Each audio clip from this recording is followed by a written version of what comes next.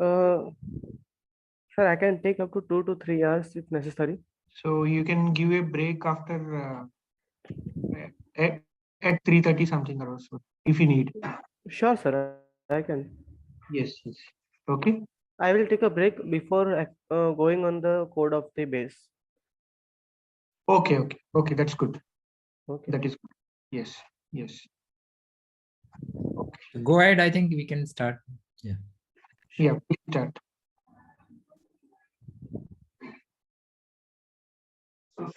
Okay. Is my screen visible? Yeah, yeah, yeah. Visible. Okay. So before going to the code, I would like to know how much of you are aware of Arduino programming. Hello.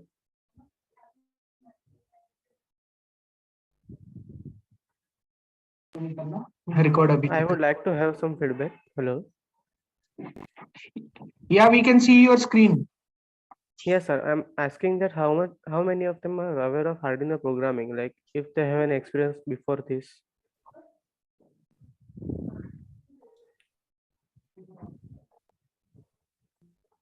Hello. You have to request them to raise the hands, and then only you will see. I think Yes, some of them are raising hands. So Actually, 1, I'm 2, 3. facing difficulty to open. Okay, that is great. I'm getting some response in chat. Okay. So in this session, we are going to learn some Arduino programming basics. As fast as you can go, we can move ahead of this and do more interesting stuff. So yes. So in this session, I want you to do code along with me. I will expect that you do it with me. So first of all, you have to open this tinkercad.com. Uh, is my screen clearly visible or I need to zoom in yeah. a little You bit? share the link in the chat so that they can easily copy and paste. Yes. I shared the link in chat. Open it, log in with Google and go into circuits section and just confirm it once when you are done with that.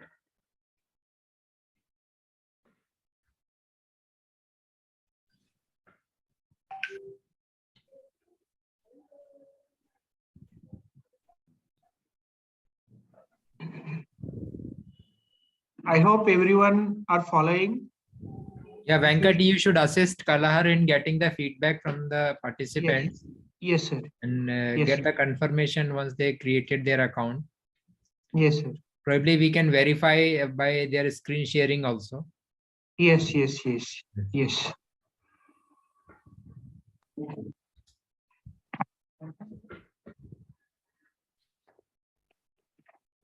Everyone, please share your screenshots on WhatsApp group so that we'll know that whether you are doing or not.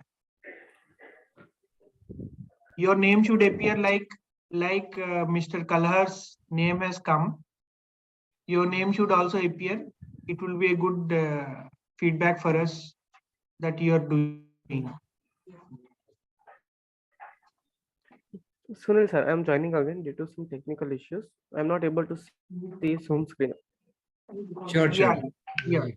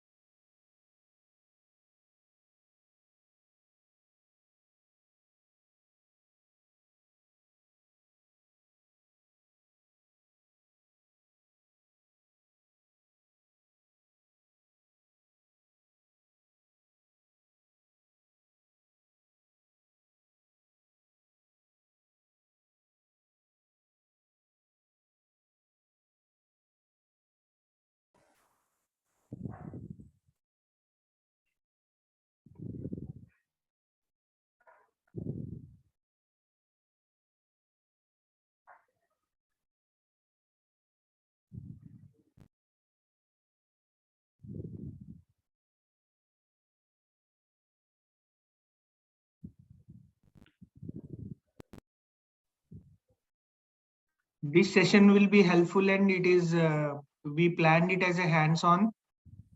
Kindly kindly do along with us. Please share your screenshot so that we'll know that you are following us or not.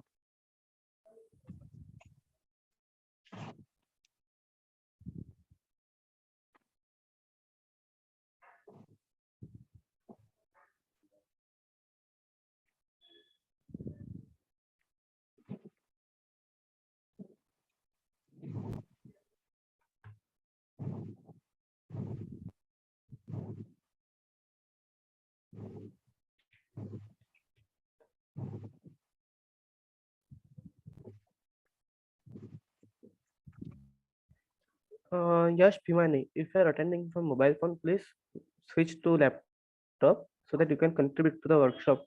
Otherwise, it will be just a tutorial, YouTube tutorial. I don't want it to be that. Hello, sir. Yes. Hello. Sir, I don't have laptop. I am using a desktop, but I have connectivity issues and my power is also not there. So I can't attend my workshop through PC right now. So Okay. I'm just attending using mobile. But as soon as the power returns, I'll use my computer. Okay. Thank you so much. Thank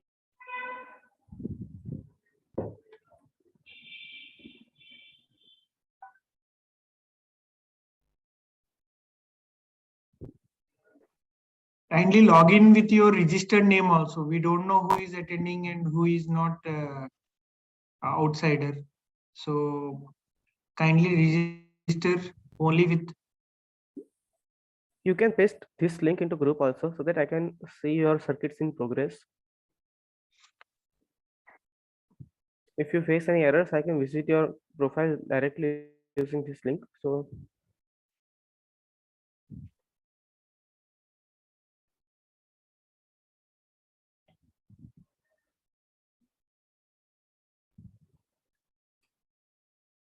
Venkat sir, I have received only three screenshot in groups. So shall I wait or go ahead? You please go ahead. Please go ahead. Okay. So okay, of course, the first Hello World program is blinking LED. In this program, we will try to get familiar to Arduino programming IDE and connections a little bit. So yes, okay, this is light emitting diode. Of course, you should know that. This is resistor. Resistor is there okay. Resistor is there due to avoid over current. If we don't put the resistor in between, the current will go very high, and it may cause extra heating. Also, it may damage the LED permanently. So in the code, we Color, need I would to define request a if you pin. can also let them how to create this actually, because those Yes. who are new to Tinkercad, Okay. they may not be aware of how to create this Yes. connection also. Sure. Yeah, to start from a new project and then you can just let them understand. Okay. Sure, sir. Thank you so much. So first, we can just import a battery from here. We can add one LED and one resistor, and it will be by default kilo ohms. So we need to switch it to 100 ohms. Then we can connect to the positive and negative of the cell. And when we start simulation, we should see the light glowing. Please confirm me once you achieve this. It's crucial that you do this. Okay. You have to go into the circuits. I'm seeing screenshots in the 3D design page. Please go in the circuits and create a new circuit.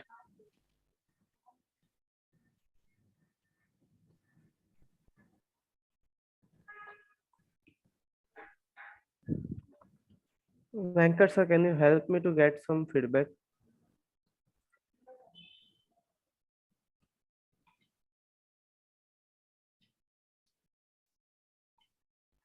Hello.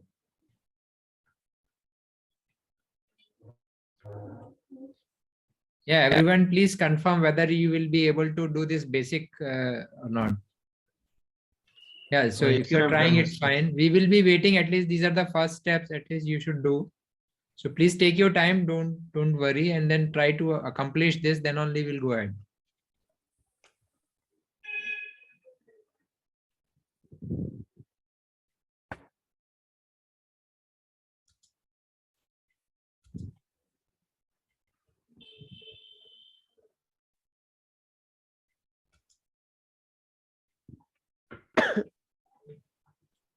Yes, sir, I have done this like basic. Okay, great. Thank you so much.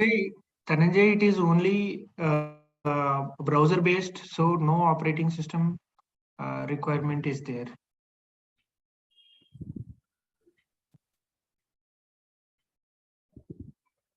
It is independent of operating system. Actually, sir, he is curious about my system. I'm using Ubuntu. It's a Linux-based system. It is helpful to implement ROS. Value of resistor is 100 ohms.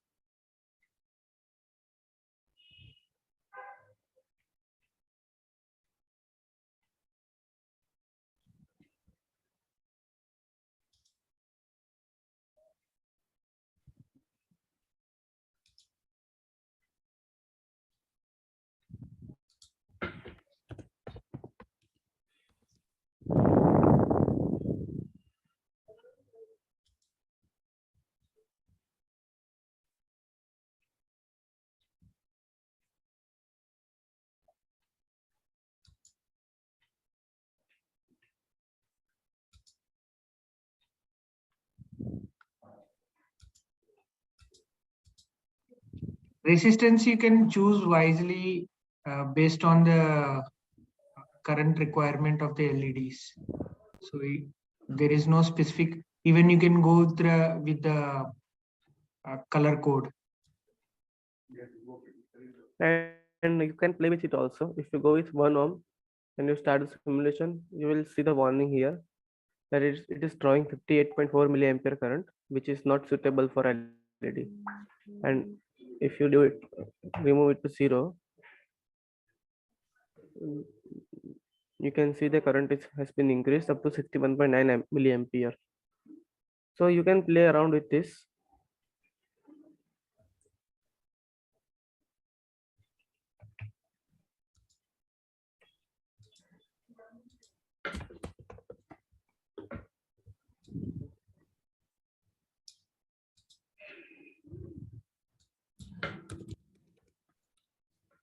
That is great, Dhruv. I have seen your submission. Please reduce the resistance of the resistor. I think your resistance is 1K. You can reduce it up to 100 ohms or 50 ohms to get better output.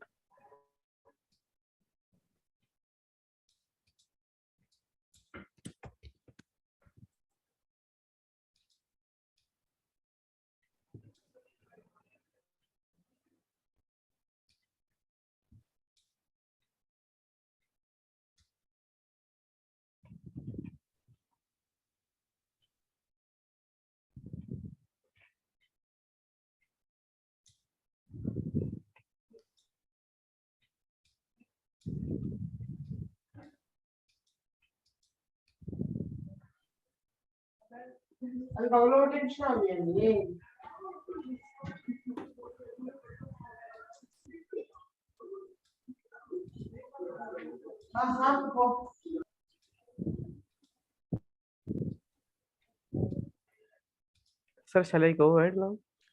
Yes, continue. Okay. So in this case, we have hard coded the LED. We can add a switch also in between. So if we find here, there is a push button we can use. So you can just use it like this. So whenever I will push the push button, it will glow the LED and vice versa. So you can just play around with this, try some new things. And once you're familiar with this, you can go ahead.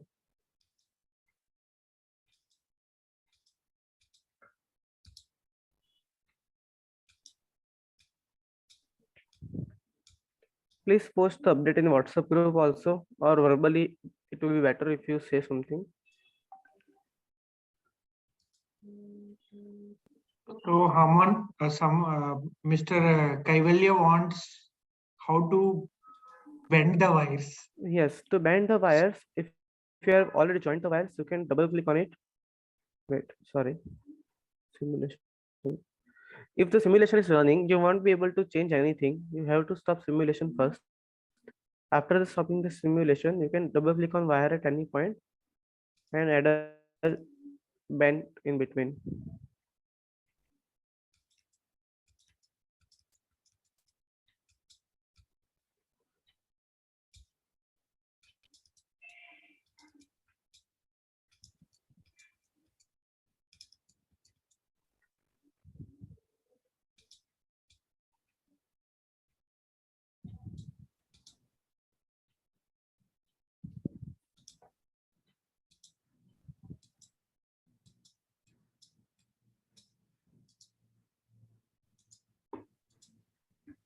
That is great through.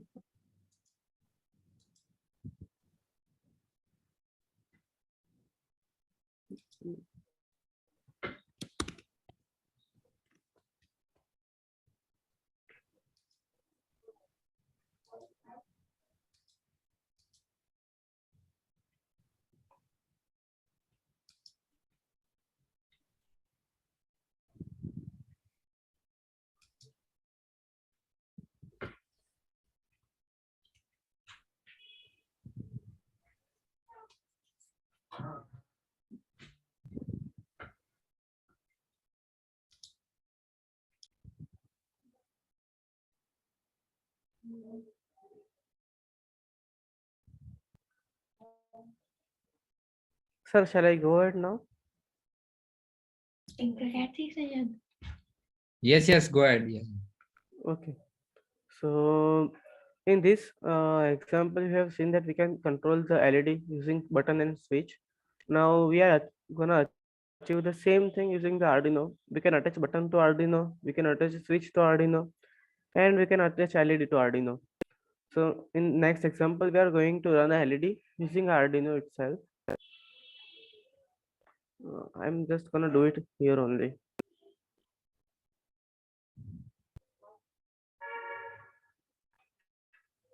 You can add the Arduino from here. You can just type it out and you can see the Arduino R3. Do we have Mega? Because we are planning to work No, on. sir, it doesn't support the Mega. I am missing it out. Okay.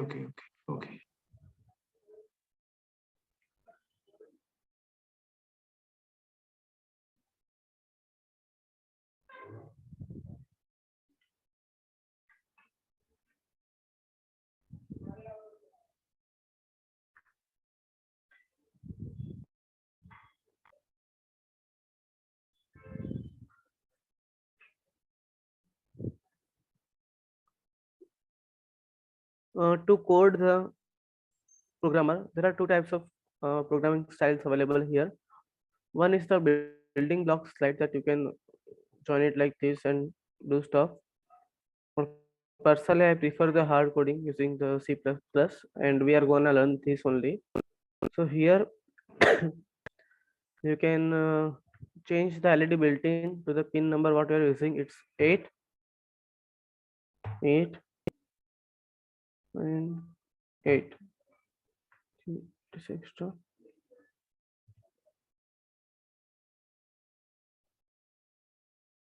And you can see the light blinking. It is showing the warning of overcurrent, so we can increase the resistance.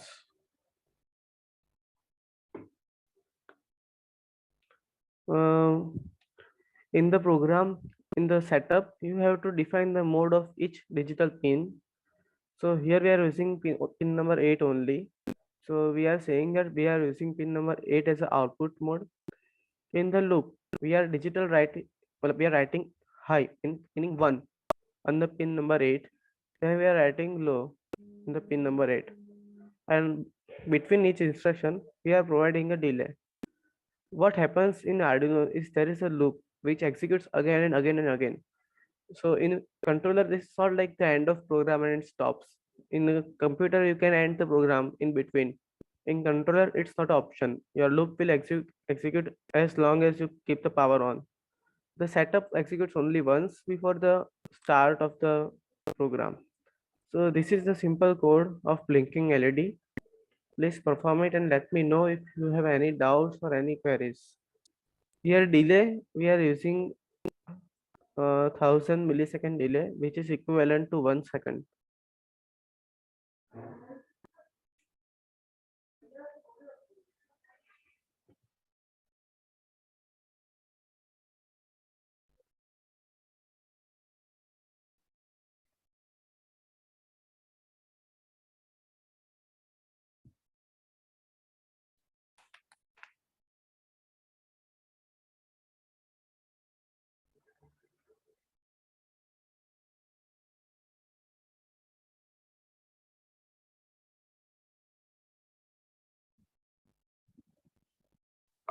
This is for some people who have just now joined.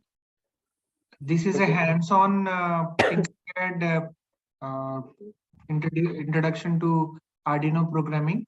So we'd like to you people to log into tinkercad.com and kindly share the screens with us on WhatsApp group. Sir, I can communicate with him in a one-to-one level to get him up to the pace.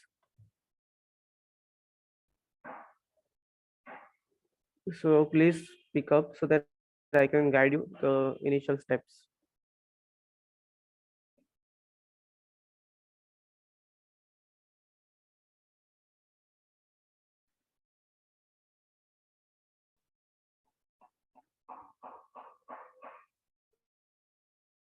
Sir, can you ask him to unmute and ask that what he has already learned and what is not done learned before?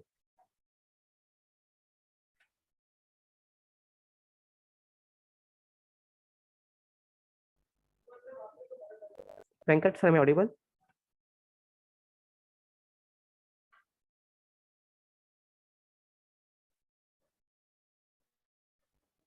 Hello.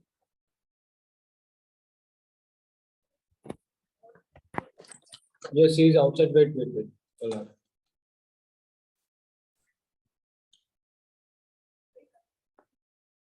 Thank you for confirming, Divya.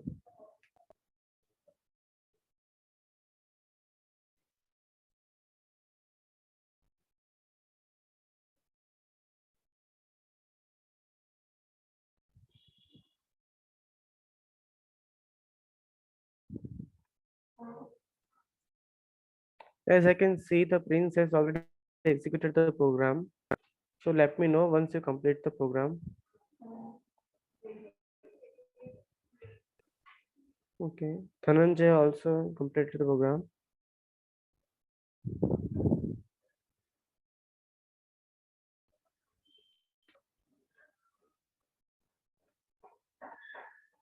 Dhananjay, if you are already aware of the basics, you can start exploring the platform.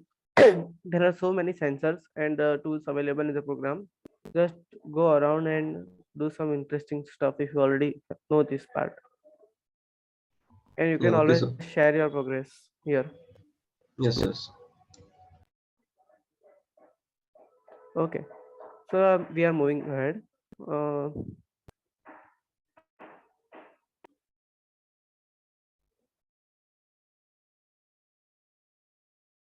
okay. So the next part is the fading LED. So in the initial sessions, the Sunil Jha sir, Professor Sunil Jha sir has taught you about the PWM, that how many PWM pins are there, what is the analog signal. So in this example, we are going to learn about analog signal, that how can we control the brightness of the LED using analog signal. So there are total 3, 5, 6, 9, 10, and 11 pins are which are PWM pins on the Arduino. You can see them on the Arduino here also, that it has a tilt before them. All of these pins are capable to write the analog signal, which can be done using analog write command, as you can see here. Otherwise, everything is same. We are mentioning pin number 9 as output. We chose pin number 9 because it's a PWM pin. Connected the LED in the same manner. Initially, brightness was 0. Here we have a for loop from 0 to 255, and in each step we are incrementing it by 5 units. Here we are applying the 5 units by saying analog write pin comma value. So this value can be made of a 1 byte. 1 byte means 8 bit. It can be ranged from 0 to 255 if it's unsigned. With sign it can be up to minus 128 to plus 127. PWM can be an always in positive, so we are using unsigned integer which is ranging from 0 to 255. Same way here is the reverse for loop. Here we are ranging it from 255 to 0 with minus 5 in each step and writing it along with that. We are delaying it up to 30 milliseconds in between so that we can see the output in real time. So wait.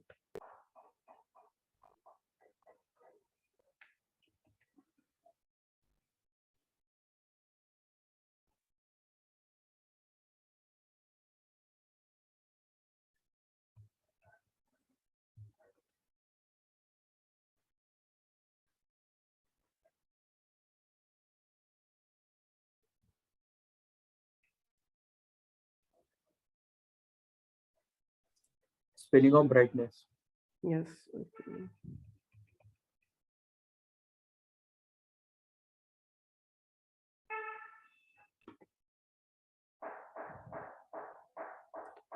Okay, as you can see, the light is blinking. It's fading out and fading in gradually. We can increase its brightness by changing the resistor value. So we can go to 70 ohms. Or let's say 100.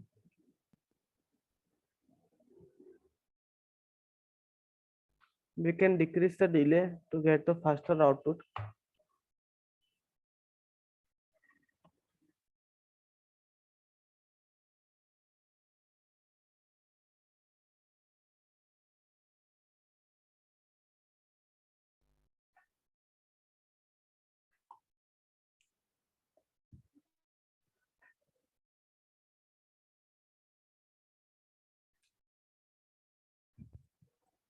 Please confirm in the group once you achieve this.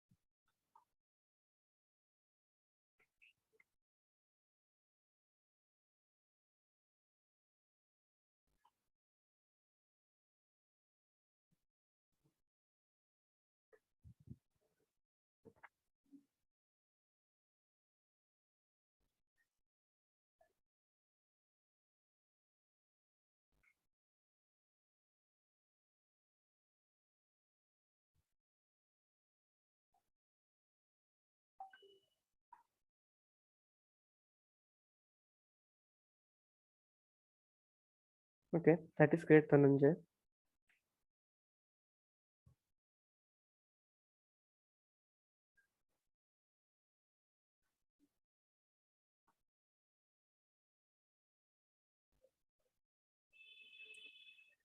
Aditya, please share the screenshot in the group so I can confirm that.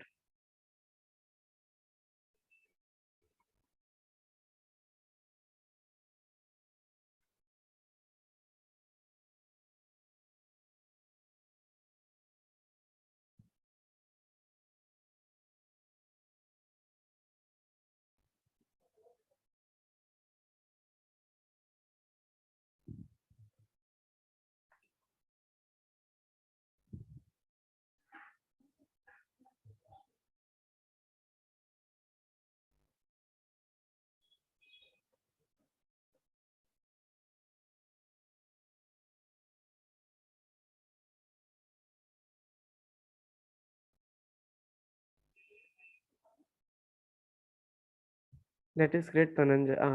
Not Dhananjay, sorry. That is great, Mohit. But I can see that there is only one for loop in incrementing order. Please add another one that so that you can go the light fading out also.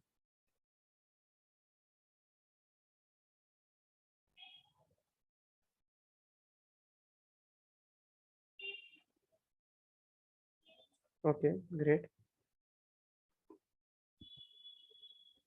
Okay, is there anyone who needs to see this code still so that I can move on?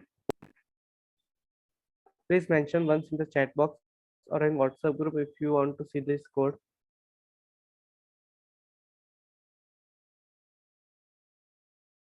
Okay.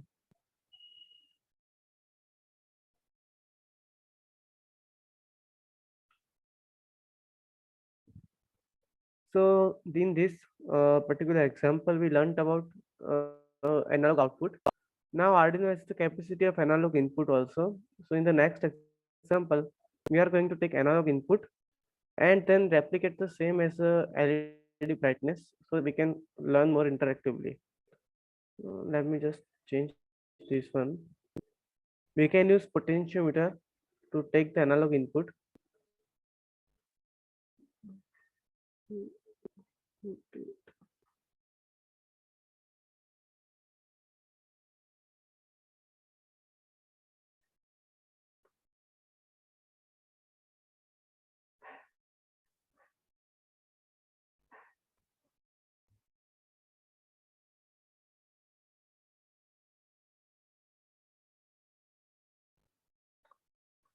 As you can see, I have connected terminal 2 to the VCC, terminal 1 to the ground, and the wiper, which is the output of the potentiometer, to the analog. And in the code, what I can do is that, let's say, I don't need for loop.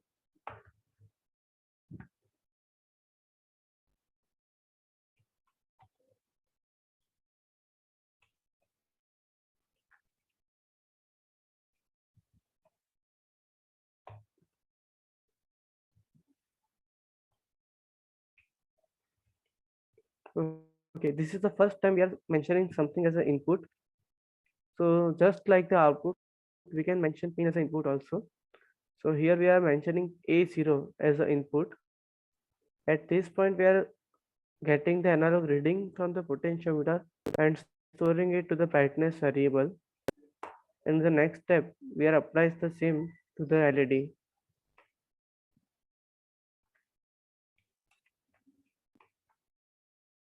In, value.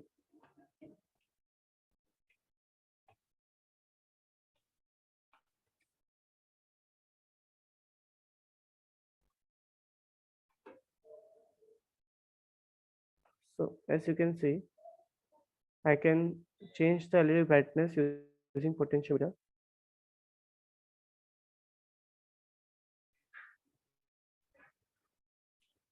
So please confirm once you achieve this.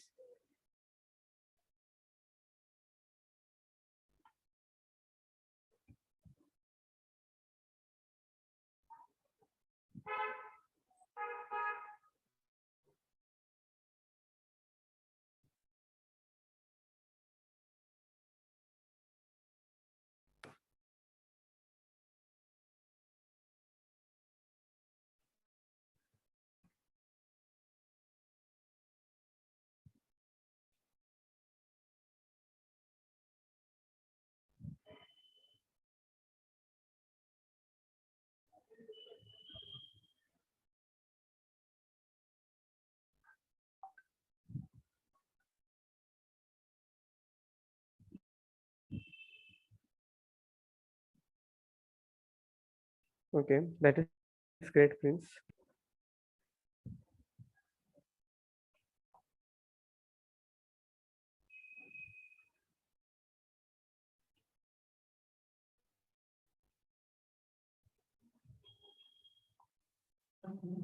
There is a 7-segment display in this. If someone is interested, they can display 0 to 9 in that by writing a complex code. It is a 7-segment display.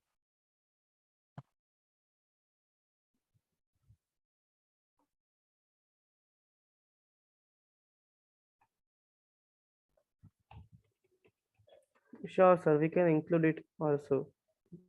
I'm planning to give some tasks to them to explore their capacities. In that part, we can include it.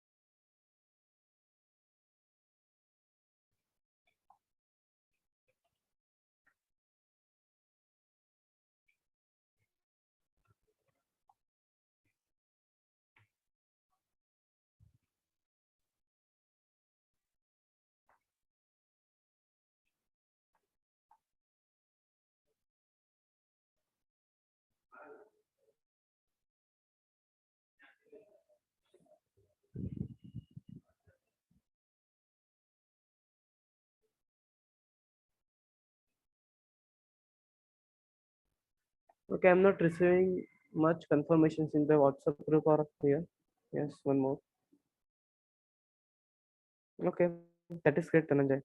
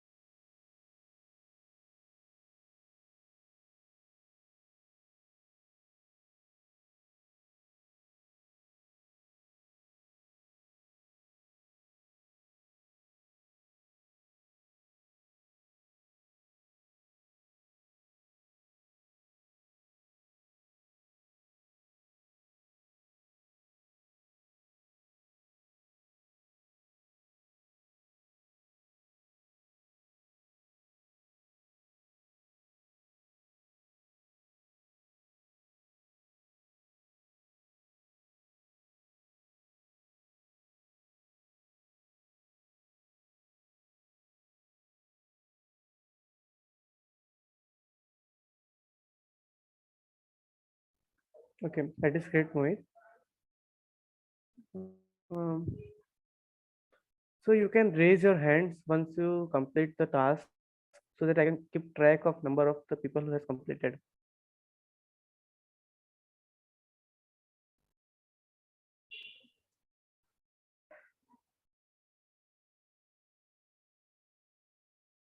Okay, I can see 2 hands, 3.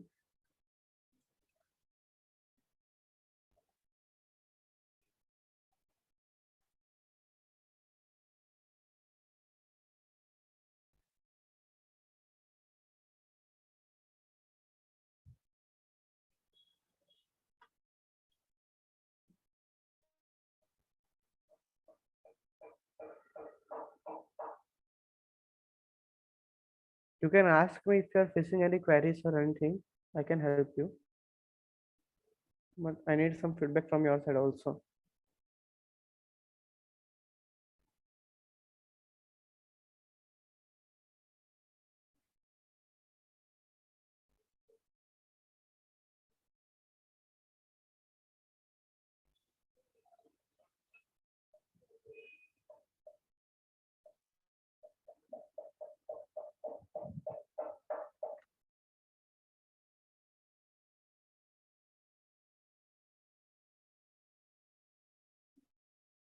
I'm seeing only 3 hands. No one else is doing it, or it's you are still in process of doing it. Okay, one more.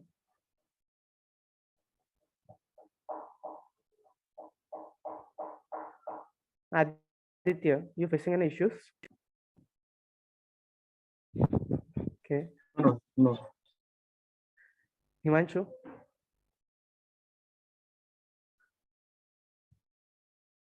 Hello. Himanshu Chaudhary, hello.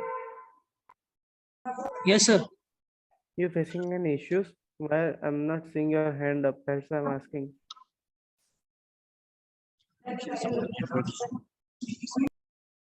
No Hello. issue, sir. I am doing, sir. Okay. Let update me once you have completed it.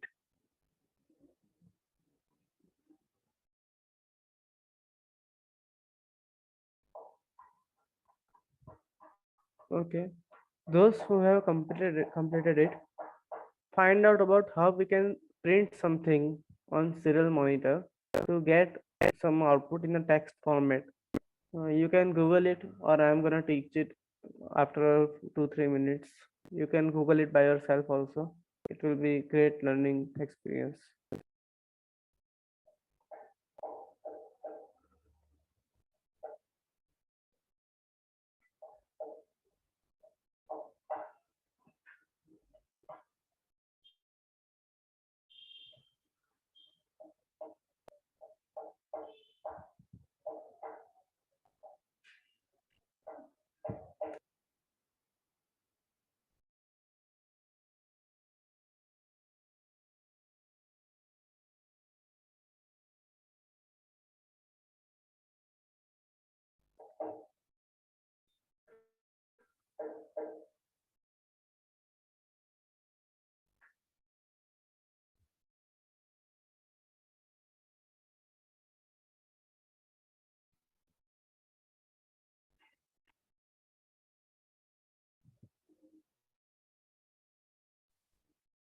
Please do the programming as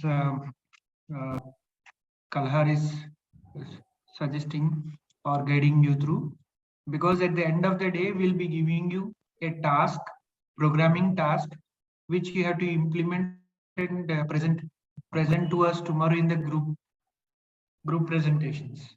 Okay, and you can even develop the circuit here.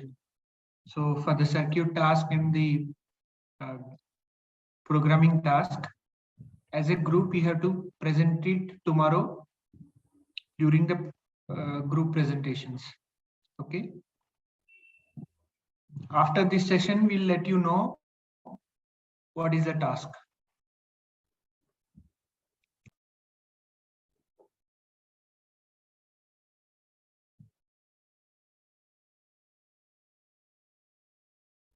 Thank you so much, sir.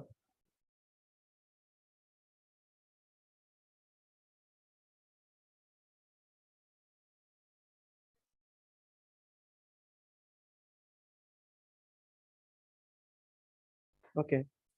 Here on the screen, I have integrated one more sensor. It is a temperature sensor. It works in the same way as a potentiometer, has a VCC, ground, and analog output pin. But here the output changes based on the environmental temperature.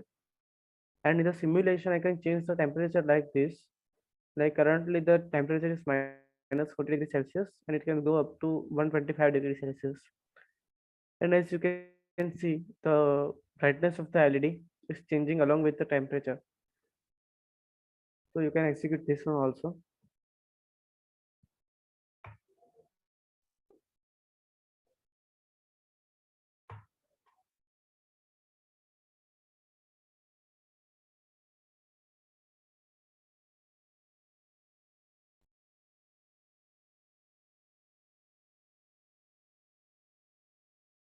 Okay.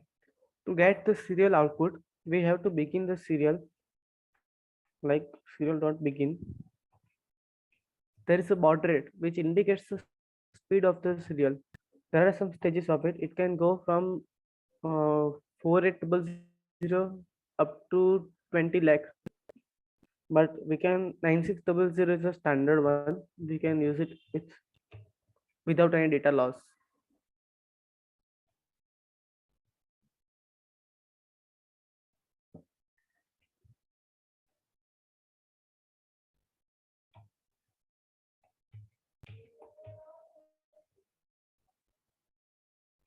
So here we are printing the brightness on the serial along with the LED.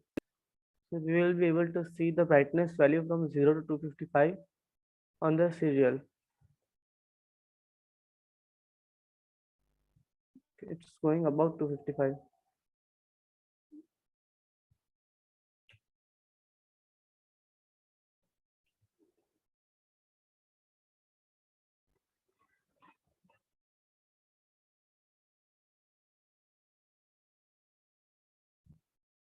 Perfect.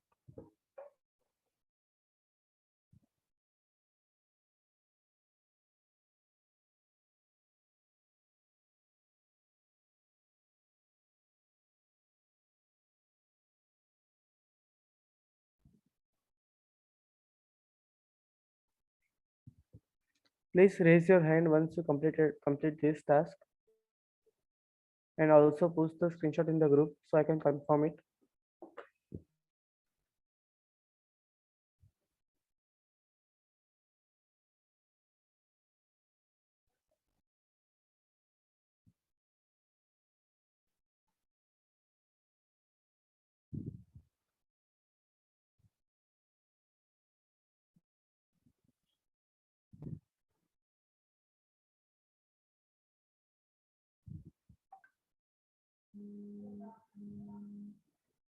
Okay, that is great.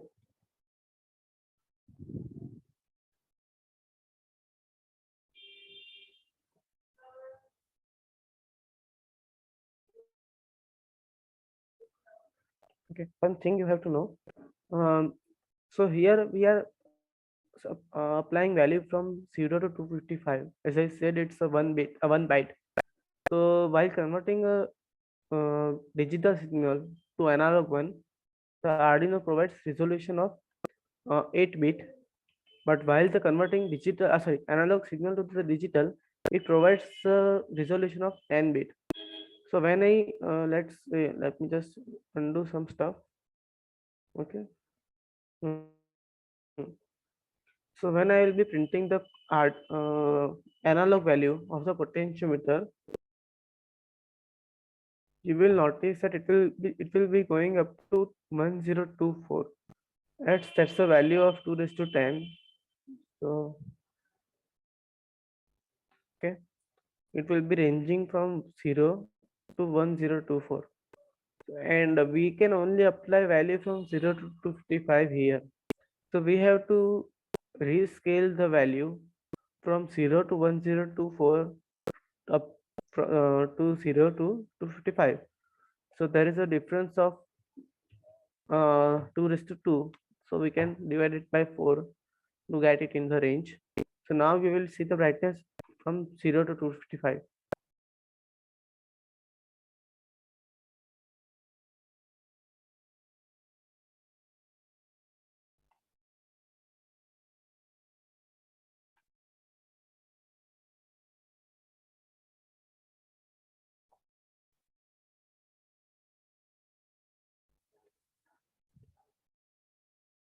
Okay, so I'm moving to the next task. Yes, Color, go ahead. Yeah, before going to the next one, if Yes. someone is interested how the temperature sensor and how the resistance, how this is varying along with the temperature. So temperature sensor is a resistive to type. So whenever the temperature increases, resistance increases, and we have connected it to a potentiometer kind of bridge, and that one will vary the voltage. That voltage is captured as analog read, and this is how it is happening. So temperature sensors are basically, which are available in the market, are 4 variants are there. One is resistive type. In resistive type, there is a positive quotient or the regular temperature sensors. one basic standard one is a PT100 and another is a NTC, that is known as a thermistor. When temperature increases, resistance decreases. In the first case, when temperature increases, resistance also increases. So there is one more semiconductor type temperature junction based conductor temperature sensor. It comes as an integrated circuit. Basically, it is known as LM35. And there is one more sensor that is like a kind of junction based metallic two bimetallic. So there will be one cold junction and hot junction. Based on the reference, the temperature varies. Because the temperature sensor concept has come, I wanted to share this one. In the last case, it is known as a thermocouple. It is in the range of millivolts. So you have to amplify that one if you want to capture it using Arduino. So here, what is happening is basically you are varying the resistance when the temperature is varying. And because you have a bridge here where when the resistance is varying, to balance it, there is a potential drop, or indirectly there is a change in current that is being measured as voltage across the analog port. So I'm just parallelly covering the electronics behind that, so that it is not a mystery to some people who are from non-electronic background. Thank you so much, sir. It was informative for me also. I wasn't aware of this part. Thank you so much. So, by the talk of the Professor Venkat, I knew one more thing, that there is a one more element called light dependent resistor, which is also called photoresistor. It works in a similar manner, but it's opposite than the thermal. As the light increases, the resistance will decrease. So we can try that also. Many of the circuits where the light is dependent on the surrounding environment, this sensor is very useful in such cases. So here we will just print this and start.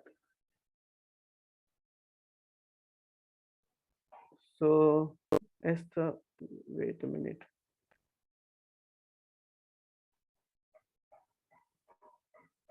Venkat sir, am I doing anything wrong?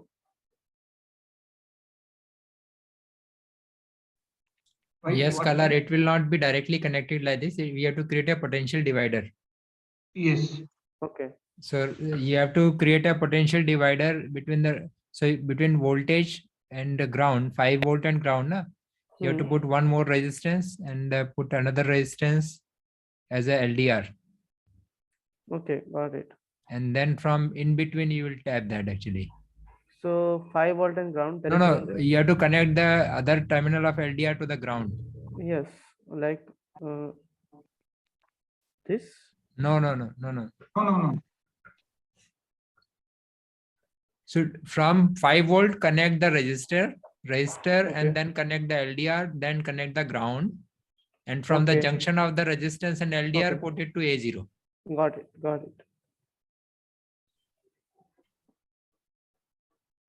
Like this. Yes. Let me just recolor. And the resistance value also has to be adjusted appropriately. I don't know what is the resistance of LDR right now. Sure. Thank you so much, sir.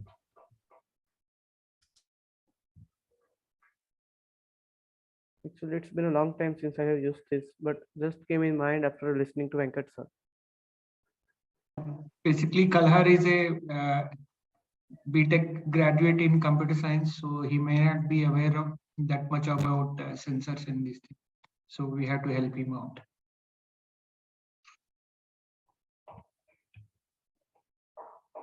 Okay. So here you can see as the brightness is increasing, the reading is decreasing, and vice versa. So in many applications where your system is dependent on the light surrounding light, you can use this. Okay, you can try it out. It's not a compulsory, but if you want to, just do it.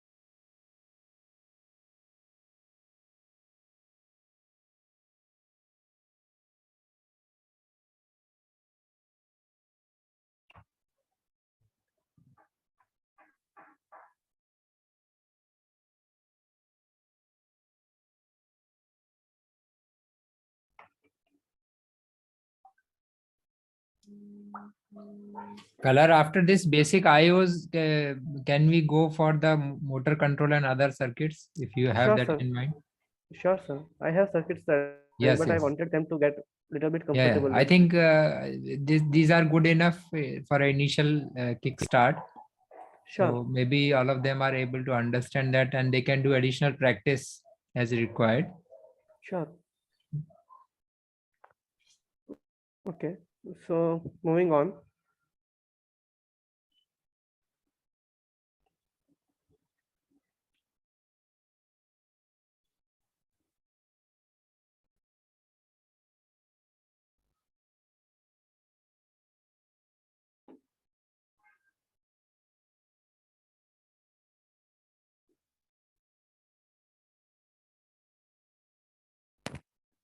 Okay, so you all have learned about the motor driver in this morning. So this is the same L293D edge bridge you have learned about, and we are going to implement it practically. So here are some few connections I wanted you to know about. So in L293D, you can control two motors, but in this example, we are going to control only one motor. Okay, so there is input one and input two, which accepts the Arduino signal to change the direction of the motor. There is a one enable 1 and 2, which accepts the PWM or the direct 5 volt. If I provide the direct 5 volt, it will be a only high like forward 100%, backward 100% type of uh, circuit. But if I provide the PWM, which is pulse width modulation, it is a duty cycle of active high. It is a duty cycle. In each cycle, there will be a high period and low period. So based on that, its circuit is capable to change the speed of the motor. So I'm attaching PWM pin to the enable so that in my L293D should switch as fast as my PWM signal to change the speed of my motor. Here we are providing to ground, then comes the motor output. So output 1 and output 2 are connected to the motors to terminal, and comes the power supply. I'm providing a 12 volt of power supply to the power 2 pin of the L293D, and in the power 1 pin of L293D, I'm providing the 5 volt supply of the Arduino. As you can see,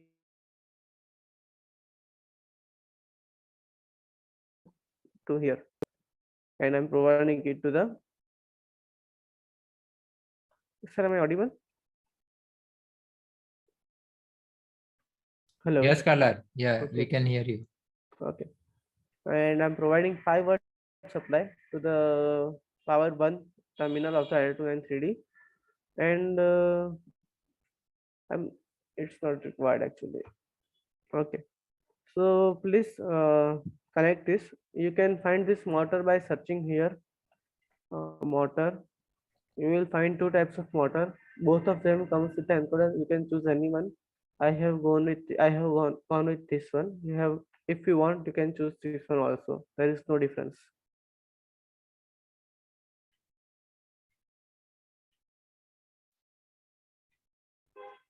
So please make the circuit diagram. After that, we can continue to the code.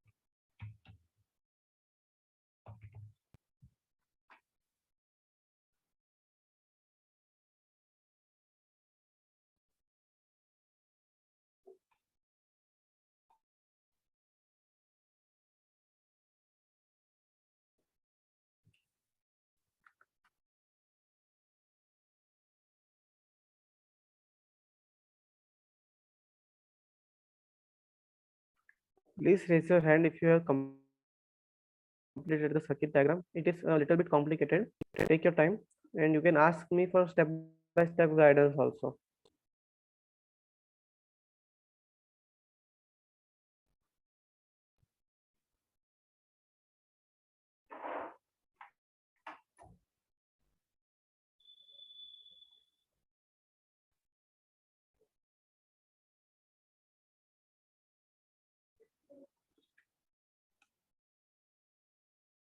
Sir, what is the component showing voltage and current called? Okay, it is a power supply. You can search supply here.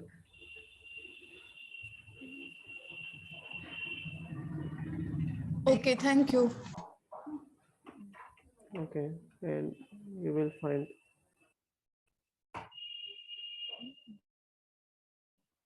Here it is.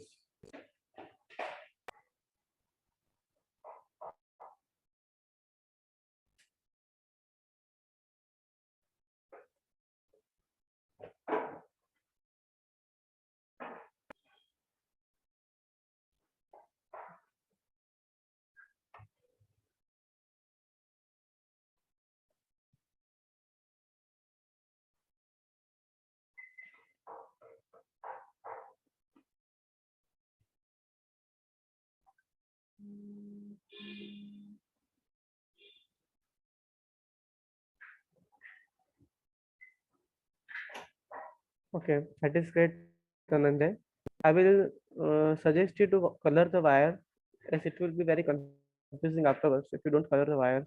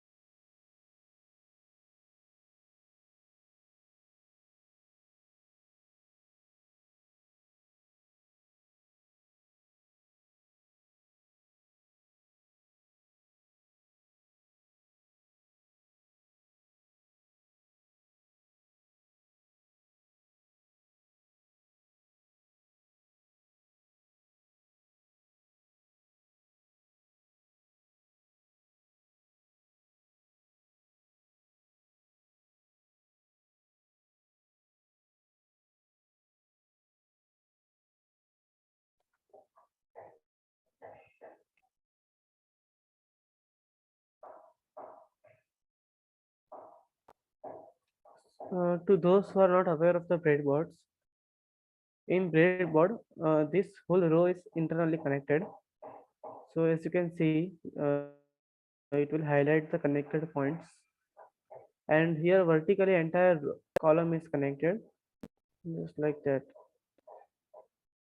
So it's easier to join wires in an organized manner while using a breadboard. Okay.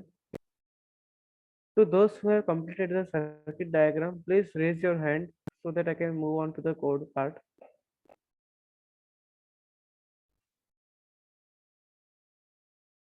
Okay.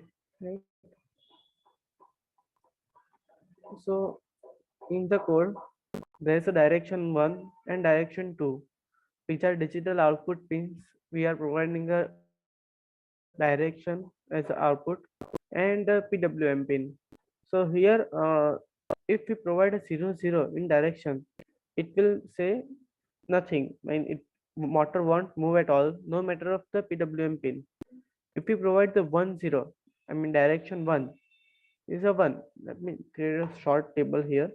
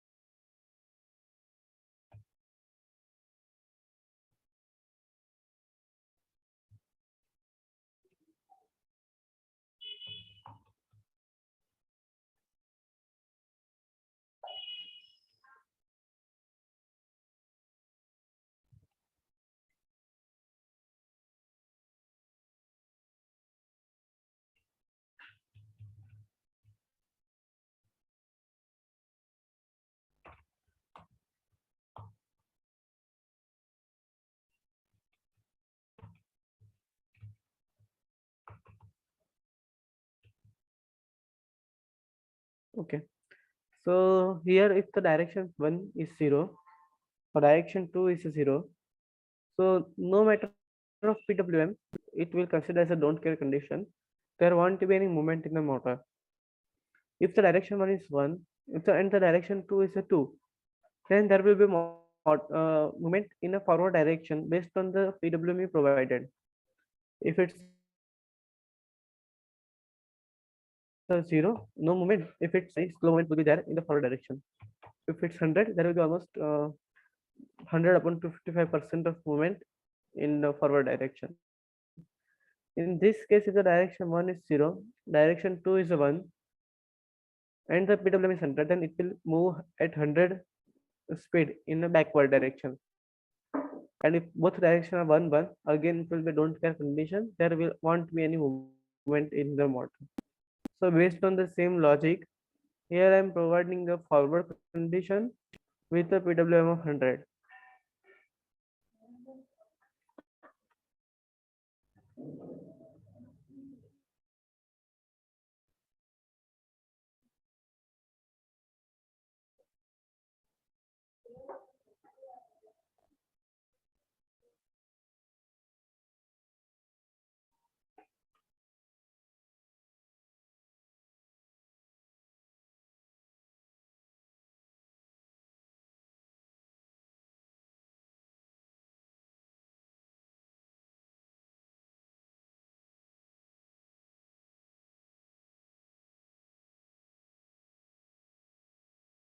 Confirm once you get the code running and your motor is spinning.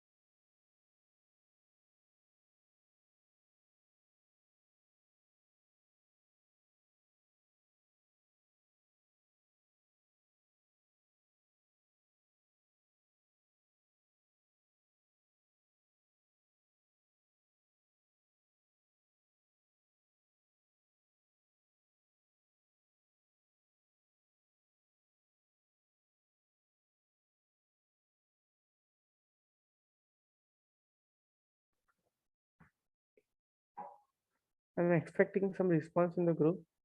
Please confirm once you get the motor running. It's not a very difficult code.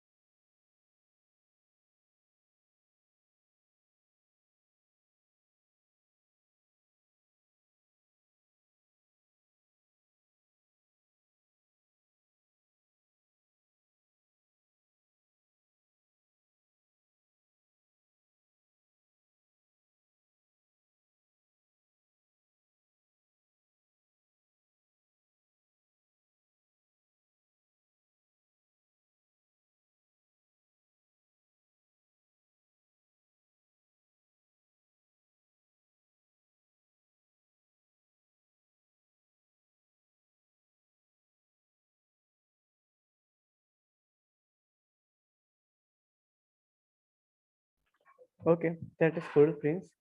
I just wanted to add one thing. It's not a part of the program. It's a comment. So it's not considered as a part of the program. You can it's a optional thing to write. I can cut it also, and program will still work as it is.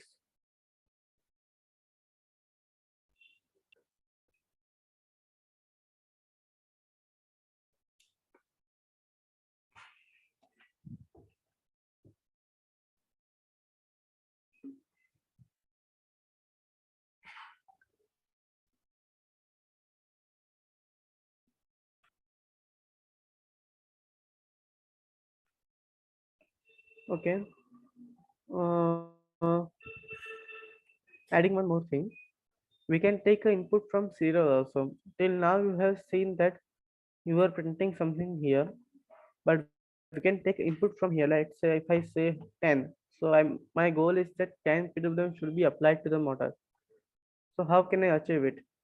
So let's say I will take a one variable as a speed, which is by default, let's say 100. Okay.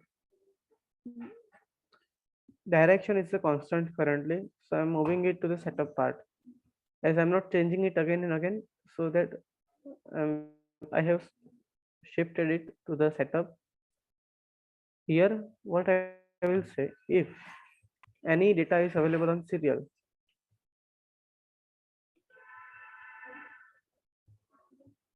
then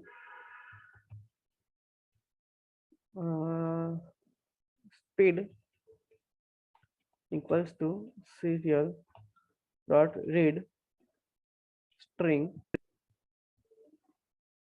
and whatever it is, we have to convert it to the integer. So we will here, okay, and I will analog write the same.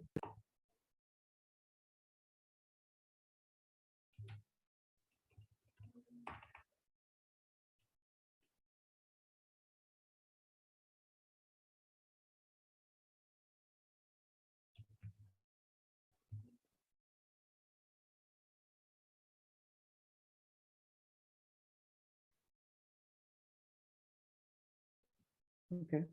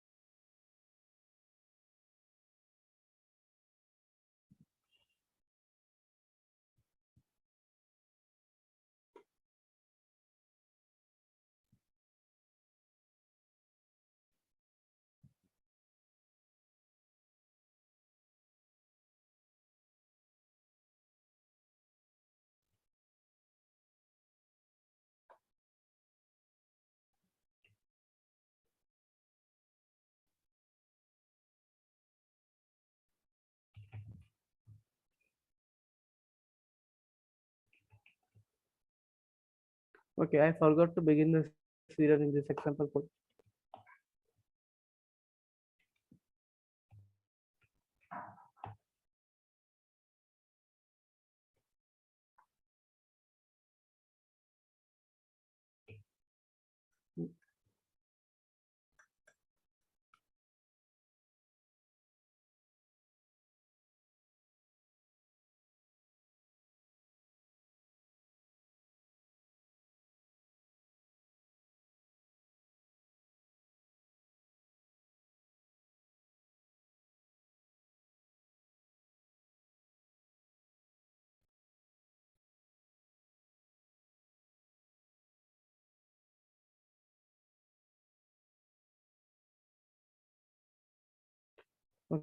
Okay, so as you can see, if I write, let's say 50 PWM, the same will be applied here. Let me go with 0.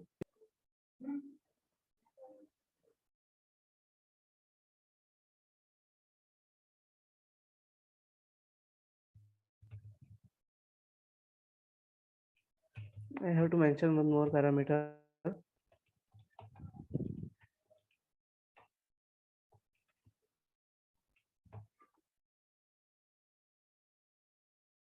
My bad.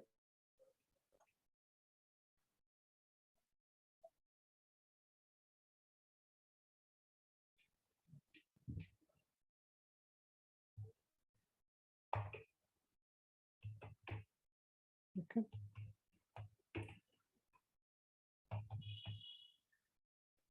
So you can see the changes in the motor's RPM based on the PWM providing here. So please confirm once you achieve this.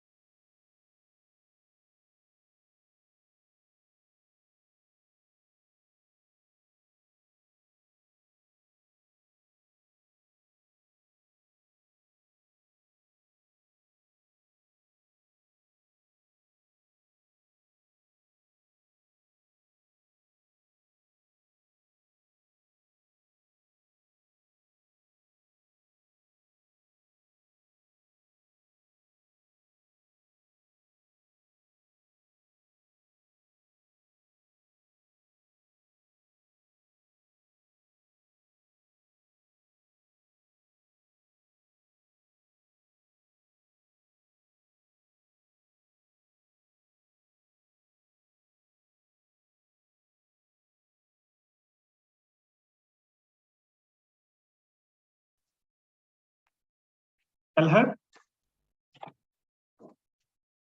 Kalhar, can you hear us? Oh, sorry, I was on mute. Hello. Yeah. So Okay. can we take a break after this exercise? So Sure, that sir. I'm so that- planning a break on 4 o'clock. no, not like that. Okay.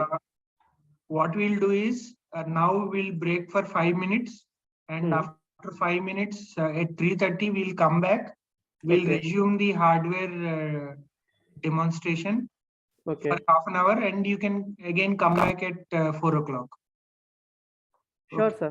Let me complete Okay. this exercise. So Hello. this one, how long will take? It will take up to 5 to 10 minutes maximum. Okay. Okay. Then meanwhile we'll set up here. Okay. Sure. Okay. So here I have created one class called motor. Actually, I have to repeat some things again. So here I have to write these two lines to even if I have to change the direction, I have to write these two things. And after writing that, I have to change the speed by writing analog write. So it's too much of redundancy of code. If I have to do multiple things, let's say forward, backward, again and again with a dynamic speed, it will be very difficult for me to achieve that in terms of programming. So here what I have done is each motor has a 3 pin, right? So in the class motor, there are 3 pins called dir1, dir2, and PWM. In the constructor, I'm taking those 3 pins as a parameter and storing them into the class. So we can pass all 3 pins just like this, that 11 is a PWM, 10 is the direction 1, 9 is the direction 2. So after the providing pins in the constructor, I'm defining their pin modes in the setup. I can call setup right away through the constructor. A constructor is called whenever I create the object of the motor. So I'm creating a object of the motor here. So automatically this constructor will be called, and so my all pin modes will be done automatically. After writing that, there are 3 methods here. Set PWM, forward, backward, and one more is stop. So forward, backward, and stop are nothing, that it's a 1 0 0 1 and 0 0. Okay. Here in set PWM, I'm providing a functionality to accept the negative PWM. So if the PWM is greater than 0, provided PWM is greater than 0, then I will call forward. Else if PWM is less than 0, then I will call backward. And in the last case, I will call stop. And after doing that, I will analog write whatever the PWM is provided by the user, but the absolute of it, because I cannot analog write a negative number. So I have, if the number, let's say PWM is minus 100, so I'm going backward first and then providing a 100 positive PWM. So it will be rotating at 100 PWM in a backward direction. So the same thing will reduce the code up to this instinct. Here I can just write m1 dot set PWM and the speed. Okay, my bad.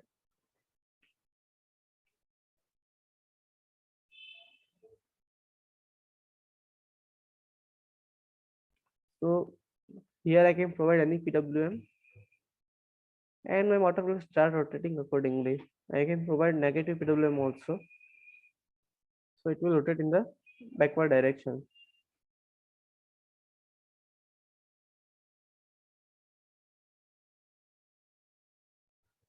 So please the object oriented programming, and we have used it very widely in our robot. So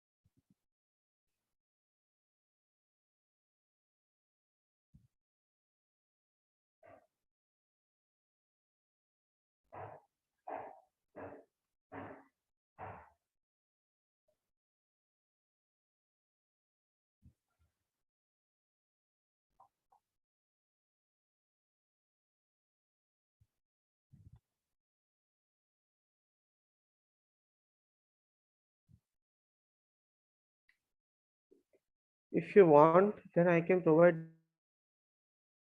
this class in the WhatsApp group. Sunil sir, it will be a good idea or not? Can you suggest me?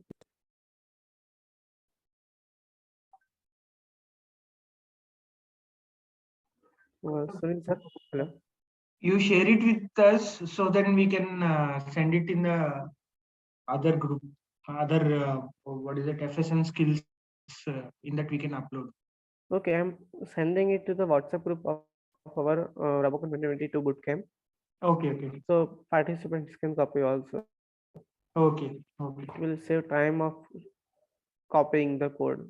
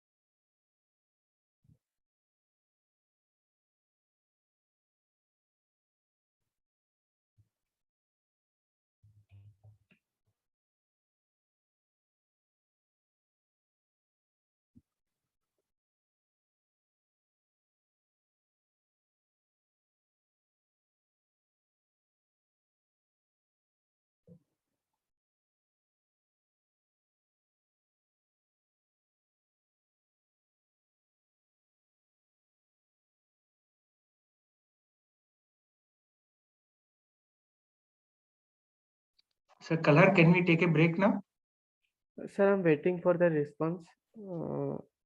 It's done from my side unless they have any queries.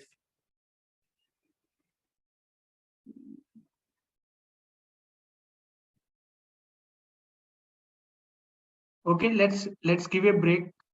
We'll meet at 3:45. Okay. Sure, sir. Next half an hour we'll demonstrate some hardware related, electronics related. Then again you can come back around 4:15 or 4:40, 4:30 like that. Okay. Sure. Okay. Let the let them complete the program here, and They'll be completing. We have a buffer time of 10 minutes. No? Yes. So we'll not leave the meeting. okay. During the break, if you have any doubt, you can ask me here or on WhatsApp also. Hello. Yes. Can we connect that PWM signal to the digital signal of 7 or 8? No, you cannot. Like it want to give you any error or anything, but it will not perform perfectly. You will see some malfunctioning. Let me show you right here. So if I move it to the It pin is showing number, in my case. yes, let me give it programmatically. So if I connect it to pin number 8, then as you can see, my motor already is not moving. Like if I go for higher PWM, then it will start moving, but it will be like 1 or 0 only.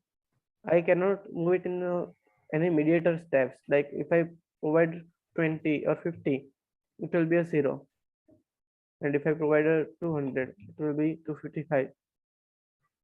So I don't think it will work. No, about the input 1 and input 2 of the L29. Sorry? L29 3D, input 1 and input 2. Okay, yes. The direction signal. Those are the digital signals. It's not necessary to use 10 or 9. It's totally okay if you use any of the available pins. I'm not analog writing on that pins, right? So it's okay.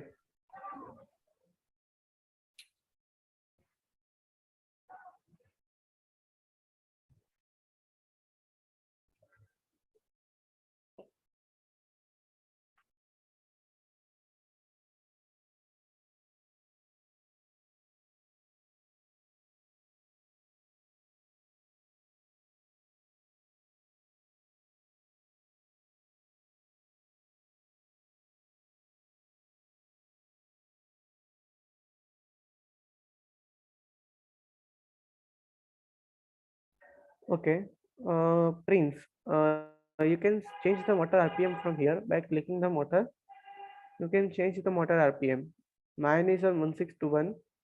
Confirm it once so that all numbers will match. Otherwise, it will function perfectly, but the maximum RPM will be different.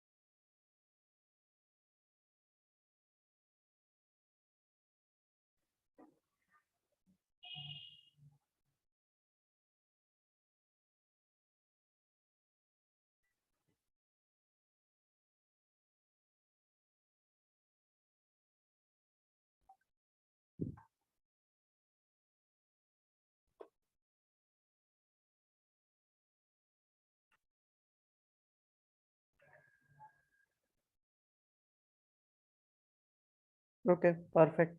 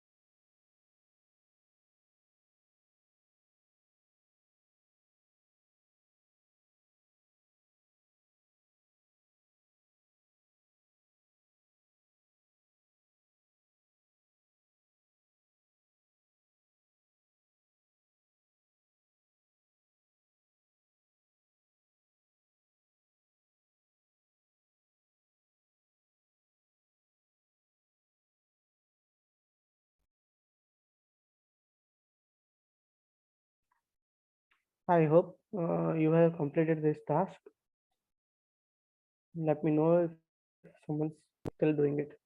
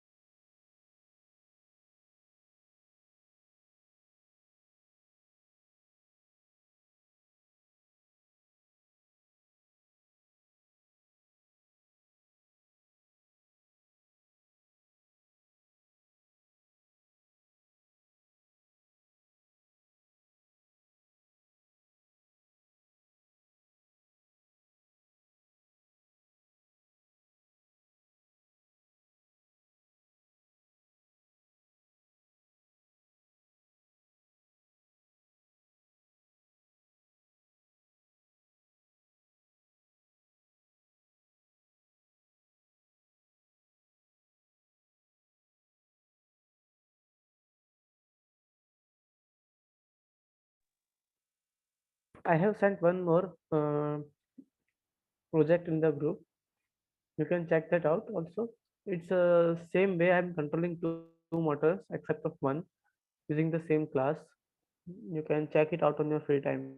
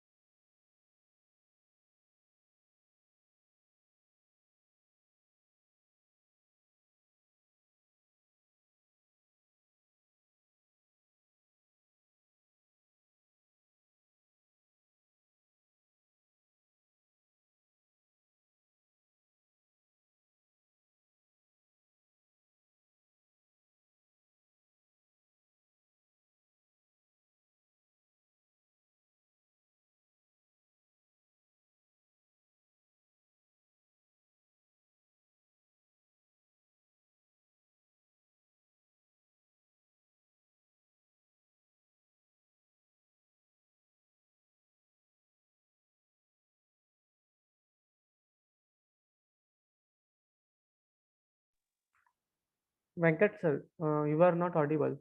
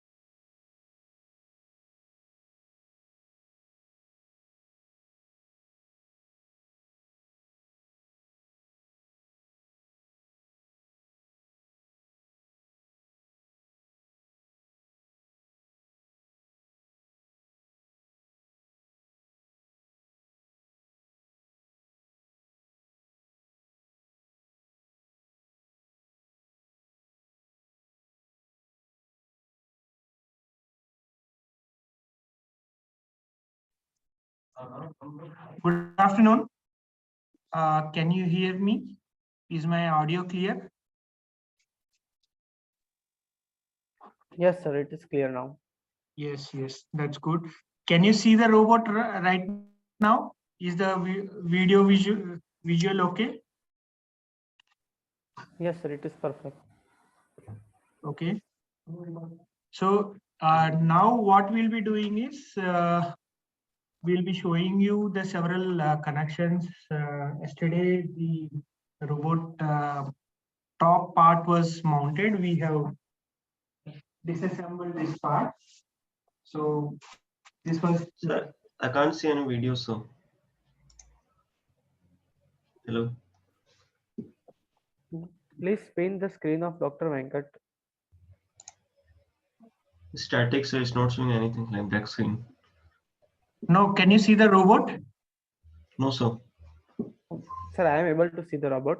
So I think it is issue from your side. Please check it. Yeah, there are two Yeah. names. There are two I will names. check. I will rejoin, sir. I will check. Yeah. Okay. So it was confirmed that. Okay, then I'm continuing if everything is fine. I hope everybody is back after the break. Okay. So here, what we have done is we have removed the battery mount from this one and to show the connections clearly on the robot. Okay. So can you zoom in towards the Arduino, this part?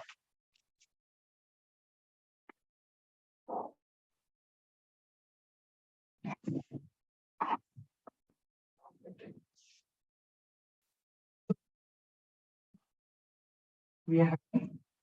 So what we have done is you can clearly see that we have screw terminals sheet for the Arduino.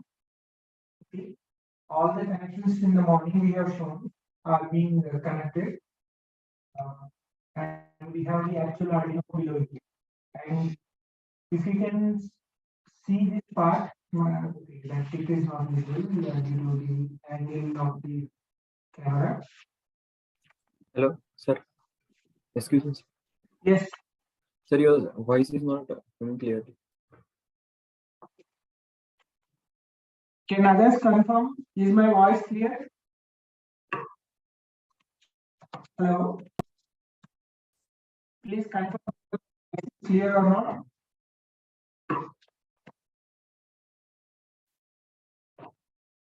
Hello? It's clear, sir. So, as I was telling that this is the Arduino sheet we are using. So, the which we have discussed in the morning are being connected to the screw terminal. It is easy because it will avoid the extra solder required, and you can also see the. Can you zoom in here? This is the ESP module which is connected. So we have connected all the RX, TX pins.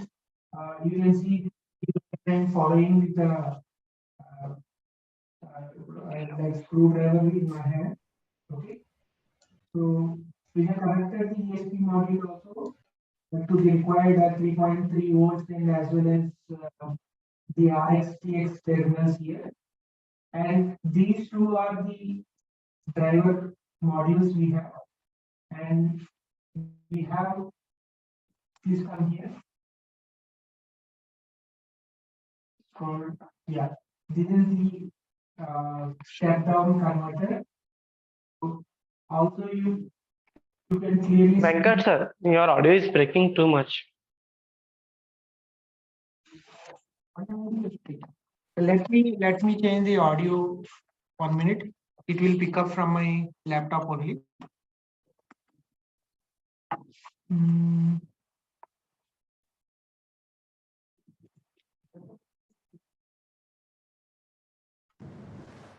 So now is it clear? Audio? Hello? Yes, sir, it is better now. Okay. So this is the step down converter. So we have given the battery from the battery terminals. This is the input side and this is the output. You can follow that it is going to the Arduino pins. Okay, this is coming in between, so we cannot see that one. Let me tilt it.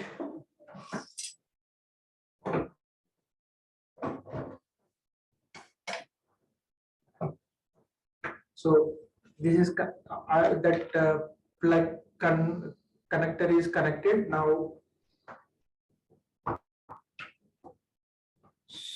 So here, if you can see, zoom on to this one. If you can see here, we have the test buttons. We'll demonstrate it again. We'll demonstrate here. If you can clearly see, there are test buttons here to test the rotation of the motors. This is required. We'll tell you why it is required. And the PWM signal and the direction signal are going from this connector. You can see the one, this connector. They are given to the corresponding pins as we discussed in the morning. This is one, driver 2, and the other one is driver 1. And you can see we have arranged the wirings through the channel, and that will be connected to the board. And if you can see from the motor, these white and blue wires are coming. These are the encoder wirings, and because we have several wiring, several connections like 5 volts and 4 grounds to be given, we made a small distribution board. Here, please concentrate here. Yeah, this one, you can see this brown color small PCB we have done, where we distributed the 5 volts and ground here, and those are given to them because connecting all the wires to the 5 volts and ground on the PC on the screw terminal shield is difficult. and also loose contacts can happen. Even if you solder them, there would be dry soldering for some.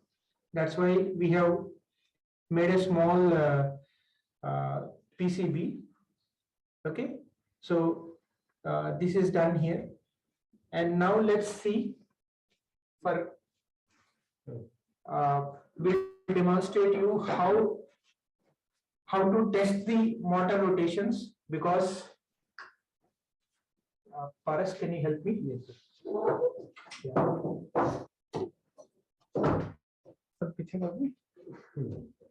Camera, instead of this battery, we have to connect it. How you can switch also will be there. तो उसको खाली रखेंगे side में रख दो. No, I have to show no record. So ऐसे connect कर सकते हैं. इसके नीचे कुछ रखो.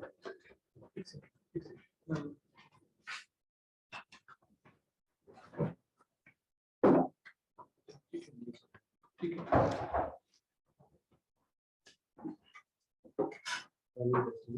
Manual testing.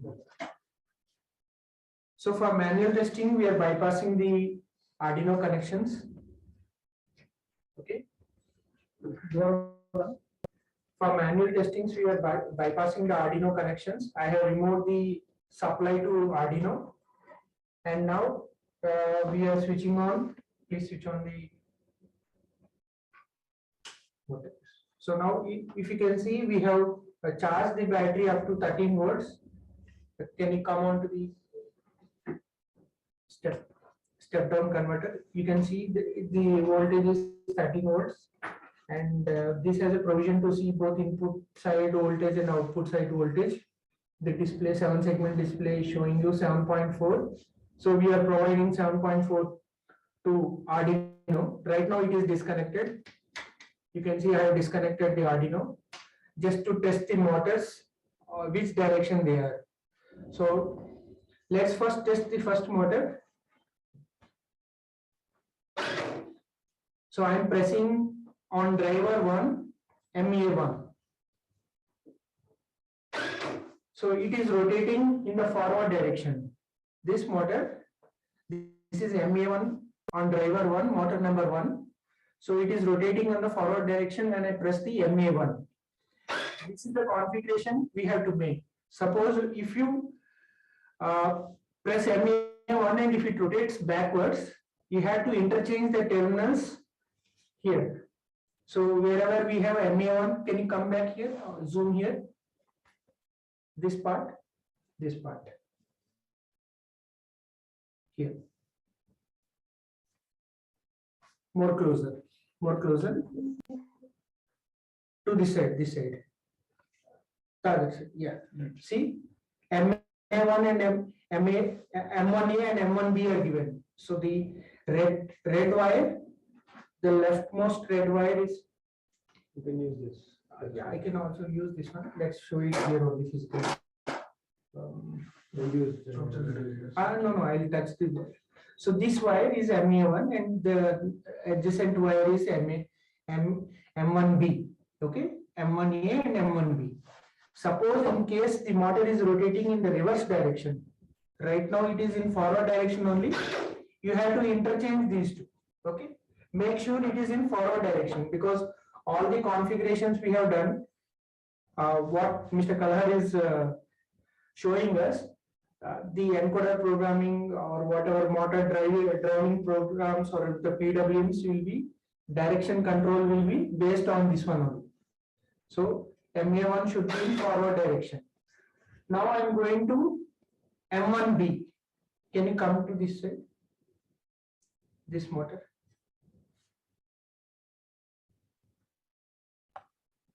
M1A. So M1A, so this is M2A. Sorry, this is M2A. It should be in reverse direction. Okay, M2A, that is motor number 2. It is in reverse direction. It is rotating when I press M2A. It is rotating in reverse direction. When I press M2B, it will rotate in forward direction. Okay, So when you see motor 1 is in, when I'm pressing M1A, it is rotating in forward direction, and M1, M2B is M2A is rotating in reverse direction. Okay. Similarly, the configuration for motor number 4. Let's see how it is rotating. So motor number 4, I am pressing M2A.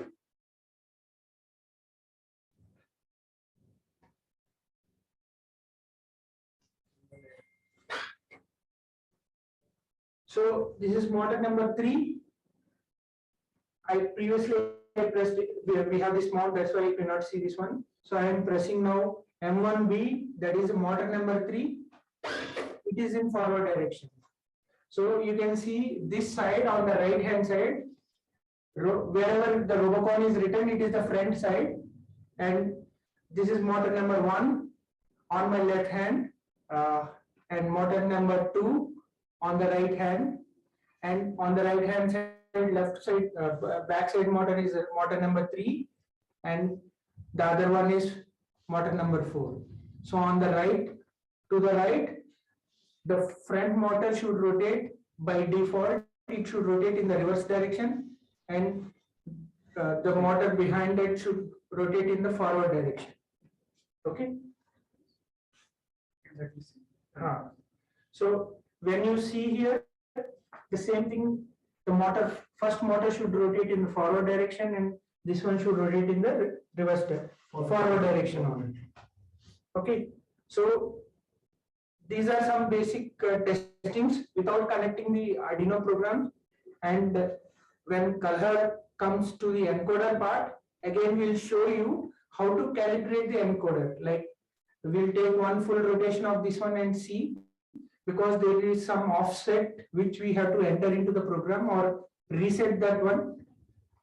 When he comes to that part, we'll again come back and we'll show you how to make one complete full rotation of the motor, and we'll explain that part again when he completes that one.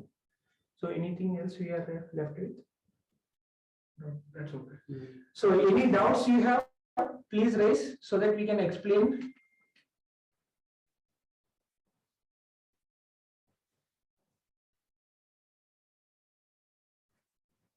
Hello?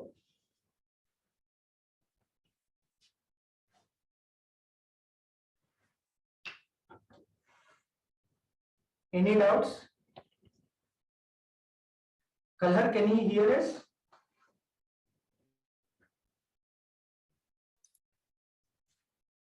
No, sir. No Yes, doubts. sir. Yes, sir. I can hear you. Okay. So any doubts? I don't think, sir, there are any. So let us then just show when the motor, now we have bypassed the Arduino.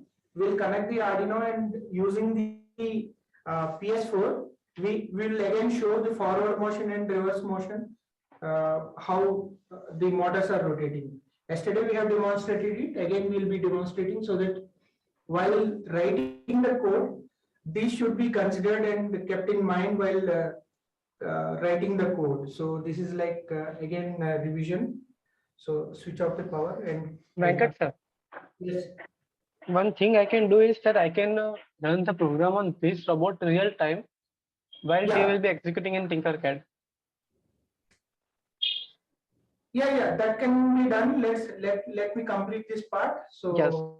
I have another 5 minutes, so that we'll close this session and you can continue on. And then whenever you require, we'll shift to the hardware. Okay. Yes, sir. Okay. So connect the Arduino. Wheel कैसे चलेगा उसको वही तो करना है ये वाला ये मैं वैसे था इधर करना है गिर गया ना फिर सबमिट सबमिट कर दो सबमिट कर दो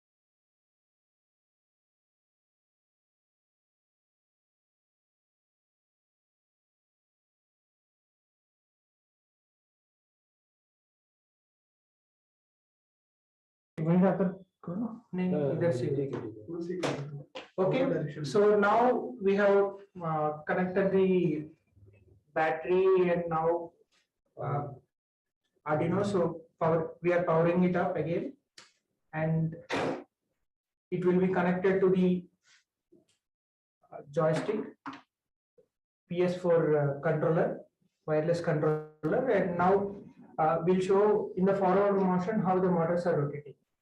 Please press the forward button. You can see this is rotating in forward direction. Okay.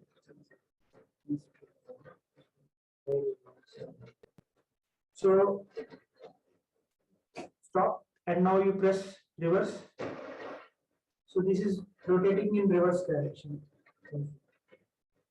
So this is also rotating because in reverse direction everything should go back. All the 4 motors are rotating in reverse direction. Okay. Once press forward. In forward motion also all are this way. Now we'll see how when the motor when the robot has to shift towards left or on the x-axis. Let's say forward is y-axis, left side is x-axis. So press the left. You can see here the leftmost mechanism wheels are rotating inside. That is, the motor number 1 is rotating reverse, and the 4th motor that is on this side is also rotating forward. So they are going inside to each other. These two are rotating outward. That is, first one is there is a second motor is rotating forward, and the third motor is rotating in the reverse direction. Okay, back. So when you go to the right direction, that is, this robot will shift in this direction. So these two are turning inside. So this is going in the reverse, this is going in the forward, and the other 2 motors are going outwards. Like first one is in the forward direction and the 4th one is in the reverse direction. Okay. Now we'll show the diagonal also, or we'll stop here. It will get complex. We will show diagonal also. Okay. So now here what he is doing is he is pressing the forward and right side motion. Only 2 motors, the diagonal motors, are rotating in forward direction. You can see motor number 1 and motor number 3 are rotating in forward direction. Other 2 are not in 0 motion. So similarly, when you press the other 2, these 2 are rotating. Okay, motor number 2 and 4. Okay. Yes. So for rotation, this is clockwise, anti-clockwise. So this is anti-clockwise rotation. That is, this is going forward, this is going forward, and this side on my left, these 2 motors are rotating backwards. Okay, what will happen is along the CG, that is a z-axis, it will rotate in the anti-clockwise direction. So it will rotate in this direction. Okay, this is the direction it will take. So we have the other way, that is a clockwise direction, where your motor number on my right, second and third will rotate in the reverse direction, and 1 and 4 will rotate in the forward direction. So the motion will be clockwise along the z-axis. Okay. So these should be configured first before testing the electronic computing part. How we are configuring? So manually, when you are testing, you have to see the test. When you press the test buttons, the front motor should be in forward direction, the reverse back motors in the reverse direction. Okay, that way we can easily write the program. So in the assignment we are or the group activity we are planning to give is taking the encoder data. We want you to write a program to make a circular motion or a rectangular path will give you the problems when the session closes. Okay, these are, so you have to carefully do the programming and learn if you are not good in that. Okay, so any doubts before Kalhar takes over?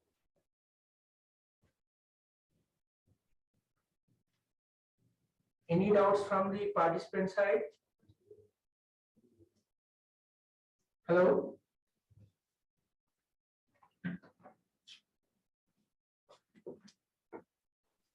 Yes, sir, you are audible. Excuse me, sir.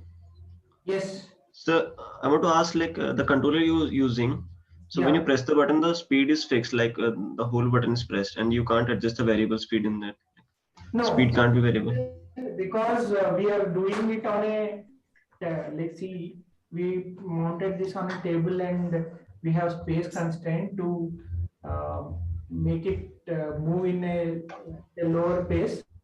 So we have entered a default value. So that variable speed also can be done.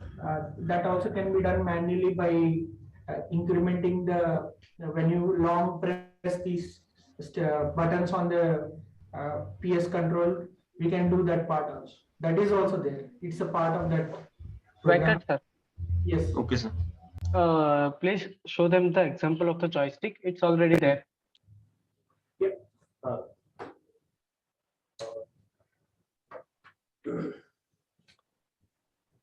Please change the camera angle.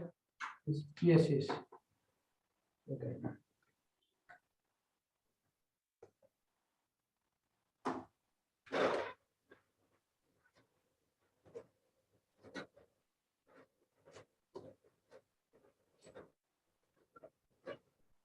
So using the joystick, we can give command on any direction, any angle you want. You can give the command and any speed that you want.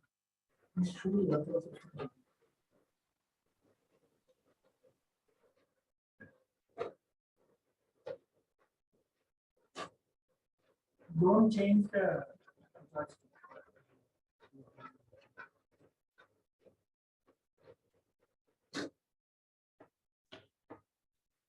yeah, we have to configure the and write the program so that when you long press or there is a joystick on that one, when you change that, automatically that once give the joystick comes.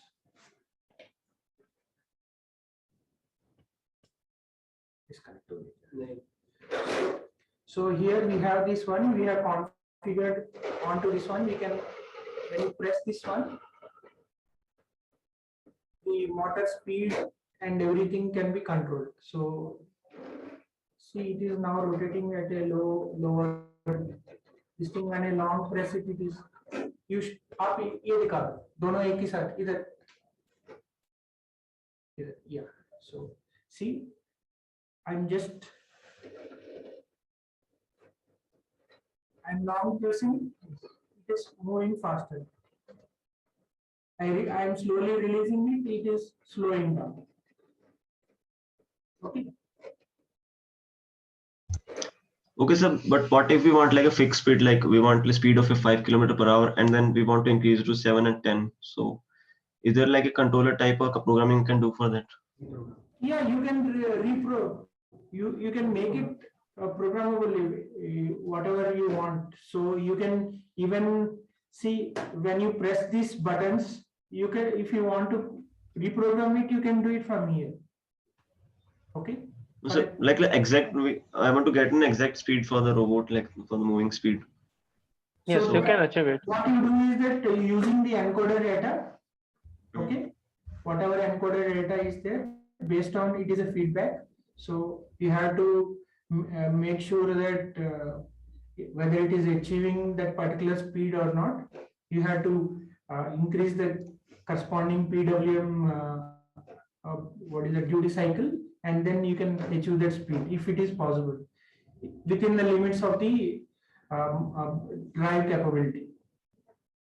So it will become a control like in this way you can simply implement a PID controller where the encoder feedback is taken as as a sensor feedback, and we know how many rotations are there per revolution, the number of revolutions per minute, and that is counted as your RPM or whatever. And then for a set speed, at what rate you want to change, those things can also be achieved. So those should be pre-programmed before, but during the run it will be difficult. You have to have another controller remoter where you can change that one. So if you have a handheld which has where you can enter these values automatically, that is also possible. Some 5 km/h to 7 km, you set it here, automatically it will change there. So those values will be fed to your Arduino as presets, and then it will also work. Yes, sir. Okay, sir. Got it. Yeah. Any other doubt?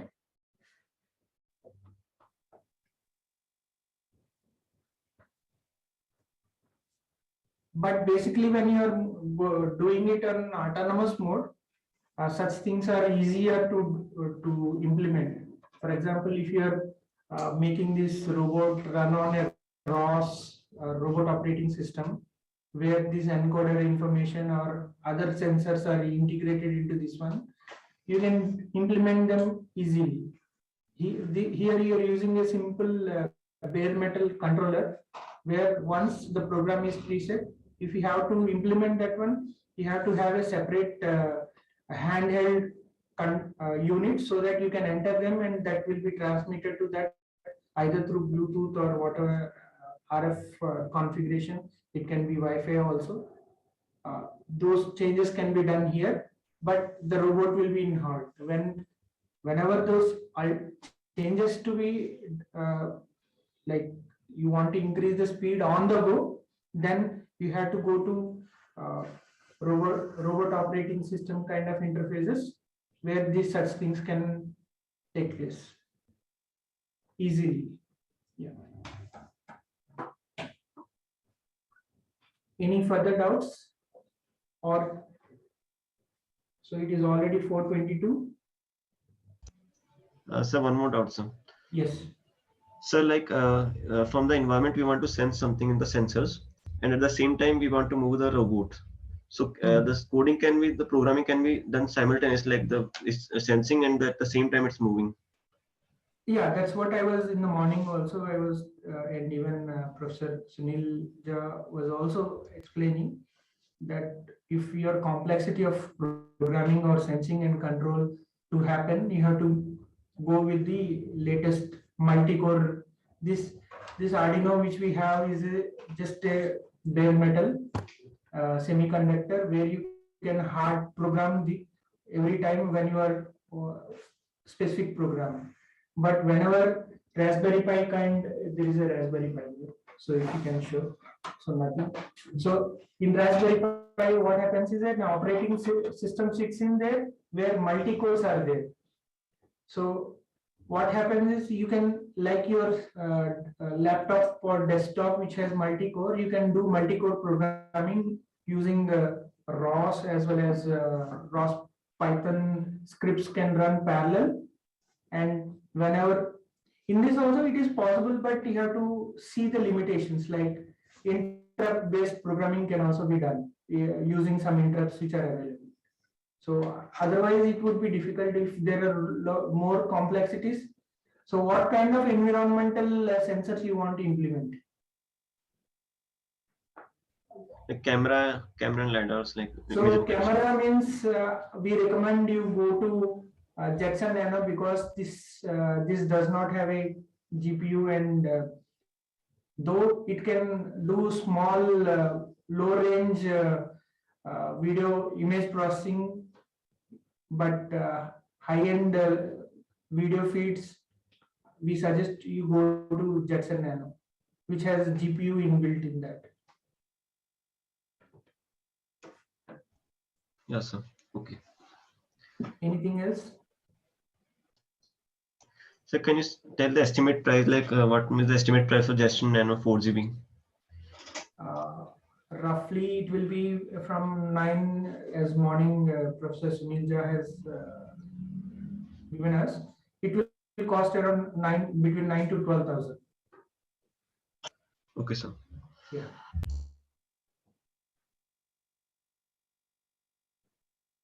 Anything else? If you do not have any further queries, I think Kalhar can take over and he can continue with the programming part.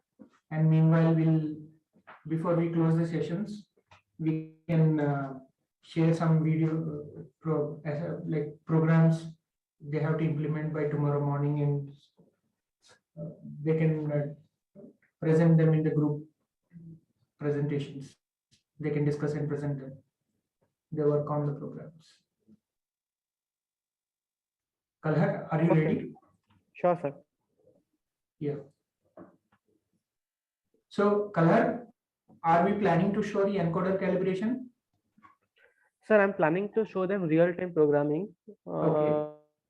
On this, like on this, example on codes this and setup everything. only. Yes, I will be connecting to my desk, Okay. and Okay. the screen will be shared with them, Yeah, sure. and Then they we'll, can compare the Tinkercad and this. okay, that's good. That is really good. Sir, one more question, sir. Okay. Yes. Sir, is there Yes, any please go ahead. component we can attach to our wires, or there's sensors and electrical components to get it protected from the fusing or any? No, I Like did not from- get you. Can you please repeat? Like any kind of component we can attach to our electrical components to get it prevented from fusing, to avoid the fuse of the electrical components. Electrical fuse, yeah. Where you are getting an electrical fuse concept here? I did not get your point clear. I am not. Like I'm saying, as in the general, like if in electrical components they generally fuse, like the voltage, like regulations, voltage regularities come.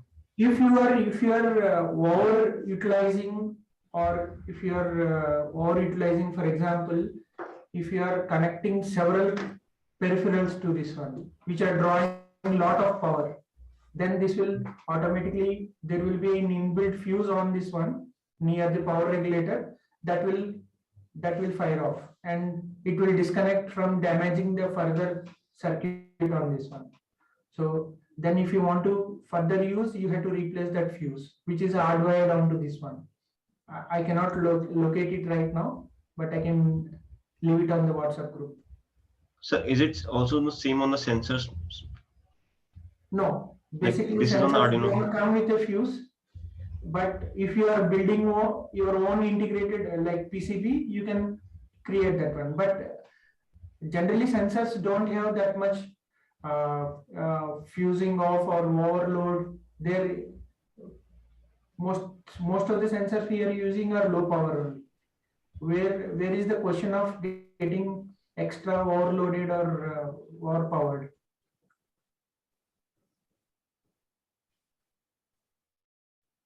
Did you face any typical problem in this one previously?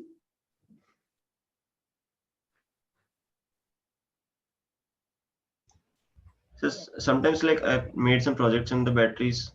Due to the extra power from the battery, the sensors got fused, like the ultrasonic sensor and the IR sensors. Yeah, that depends when, for example, are you connecting ultrasonic sensor using a 9-volt battery or 12-volt battery? What is the The input 12-volt range? battery. Pardon? It's a 12-volt. What is the input range of the ultrasonic sensor? At what input does the ultrasonic sensor work? Generally, it would be 5 volts. So if you are Yes, sir, connecting 5 to 6. directly a 9-volt battery, then it will definitely get fired off. So this similar to a step down I have shown here. Can you zoom into that one? Is similar step down buck converter you can use, or a simple voltage regulator can also be utilized. There are several as far as I remember, it is 7805 voltage regulator is there. You can directly convert, use that one and give your 9-volt battery to that one, and you'll get a 5 volts continuous supply to ultrasonic sensor or other sensors. So, or you can use such kind of inbuilt, so where you have an display of the voltages, both sides, input and output. Here, for Okay, so we reports- only have to check the voltage first before implementing the things. yeah, voltage and whether the sensor is in working condition or not, you have to first test that. Generally, sensors need calibration. For example, Kalhar will be demonstrating the calibration of encoders, and any other sensor in general, they need calibration. But if you take smart sensors, that is MEMS-based sensors, they are pre-calibrated, industry calibrated, so calibration is not much required in such cases. Yeah, okay, sir. Yeah. Thank you, sir. Yeah. Thank you. Sir, shall I take over? Yeah, please. Thank you very much.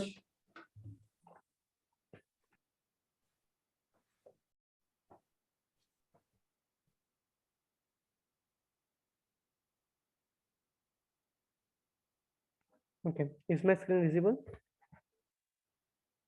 Yes, yes, your screen is visible. Okay. So at the end, I shared one project to the group. Has anyone opened it?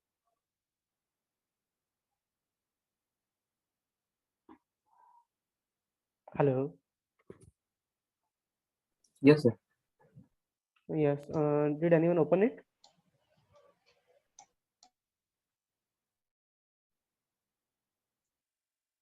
So please open it. It's the same project for connecting two motors to the motor driver, in which I have, sorry. Okay. Here I have added three more pins.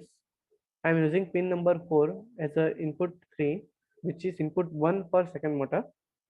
Pin number 5 as a input 1, as a input 2, which is input 4 in terms of L293D, and pin number 6 as a PWM pin for motor 2.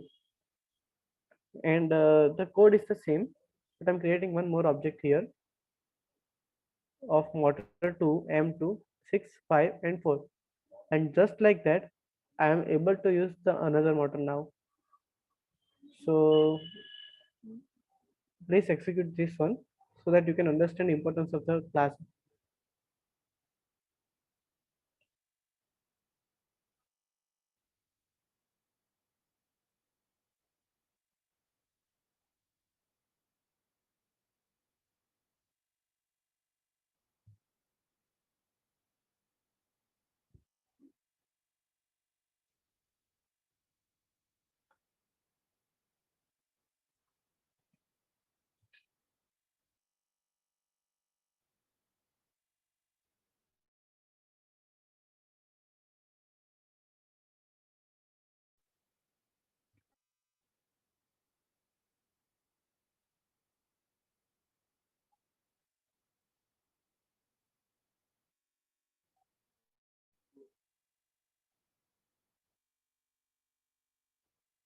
Code is the same.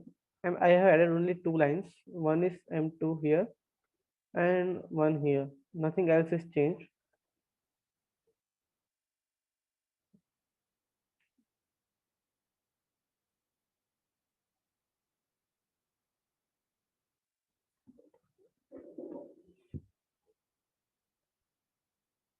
Please share the photograph if you have completed the task. It will be helpful for me.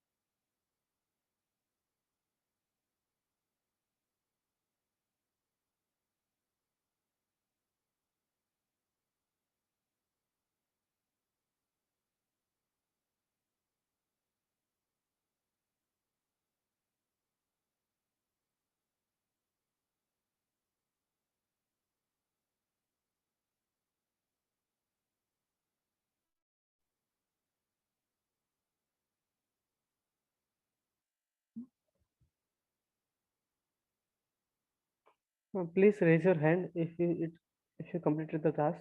I'm waiting. Okay, I can see 2 hands.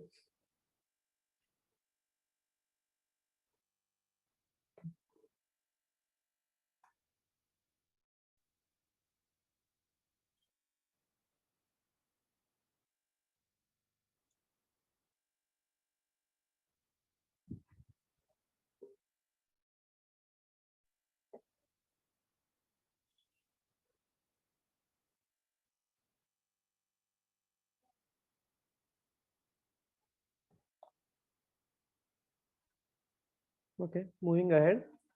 So this is how we can control 2 motors using L29 3D. Here we have created a class for a motor which helps us to control the motor very easily by using just one statement, and we can control motor in any direction. Okay, so now we have one more task to test the someone was asking in the to anchor sir that how we can measure a speed of motor. So here you can see 4 pins are there at ground, channel B, channel A and VCC. Using these pins we can calculate the current RPM of the motor. To do that I'm gonna share one more project in the group. Let me make it public first.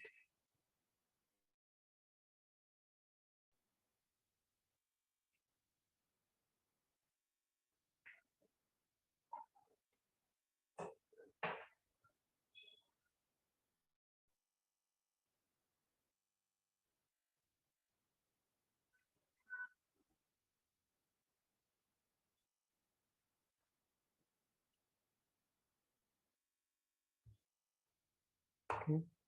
I have shared one more project in the group. Please open it.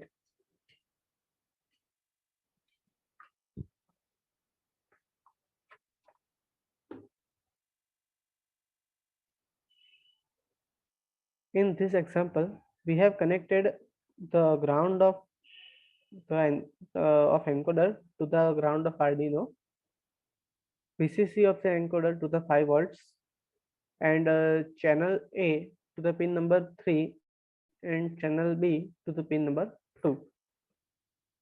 Can someone confirm that my audio is audible and screen is visible perfectly?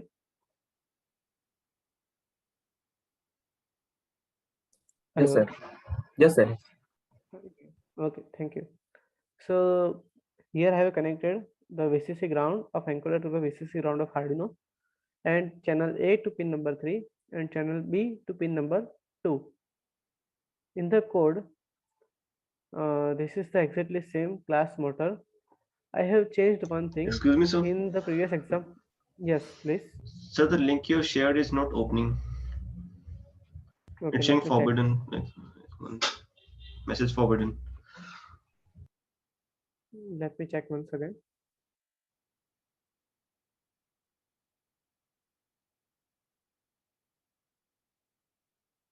It is a public domain.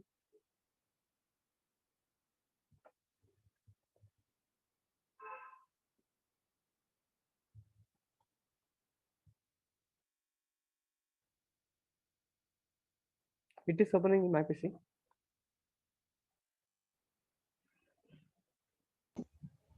No, it's not opening in my PC, sir. It's opening or it's not opening. I'm not able to hear you. It's not opening, sir.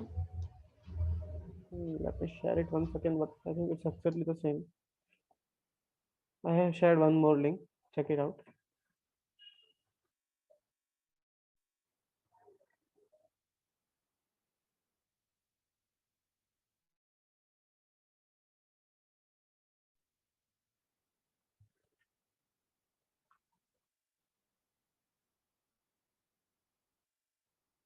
Is anyone else is facing this issue or it's opening? No, sir, it's still not opening. Okay. Is anyone else is facing this issue or it's just for Sir, you? same issue. Same issue. Let me check. Okay.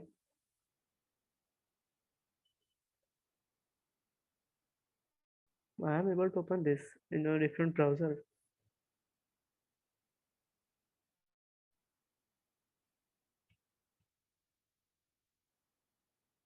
I Just can open refresh it. the page once. I can open it. Okay, thank you for confirming, sir.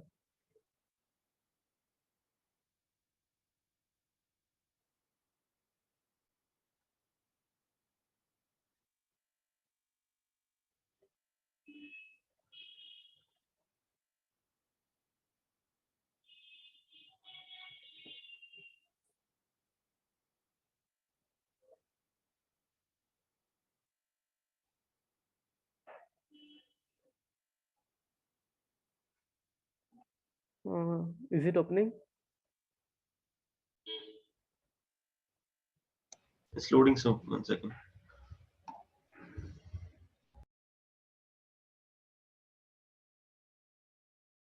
Okay.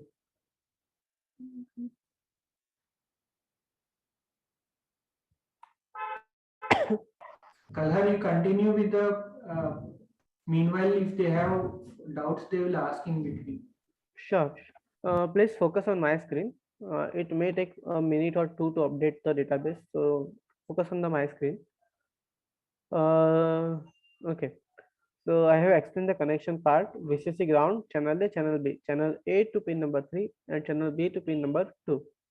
So what encoder does exactly? So encoder gives pulses when the motor passes through the encoder, when a motor shaft passes through particular point, it gives one pulse into the interrupt pin, in our interrupt pin. So using that pulse, we can determine the direction of rotation and the speed of the rotation also. So there are two channel, channel A and channel B. Using them, we have attached the two interrupts. So basically here the syntax is attach interrupt. Now the 0 is for interrupt pin number 0. So in Arduino there are two interrupt pins, pin number 2 and pin number 3. So pin number 2 is called 0 and pin number 3 is called 1 in language of interrupts. So I'm attaching on 0th pin, I'm attaching pulse increase interrupt, and this falling means how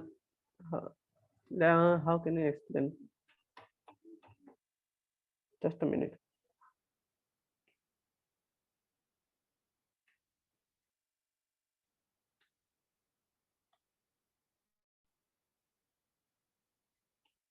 So let's say if this is a signal,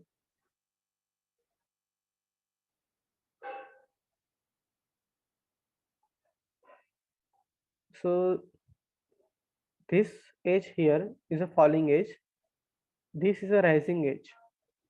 So we can attach interrupt to any of this. So what happens is when the falling edge is detected in the signal, it will call this particular function which is mentioned here. Here I'm comparing reading of digital pin 2 and digital pin 3. It means that let's say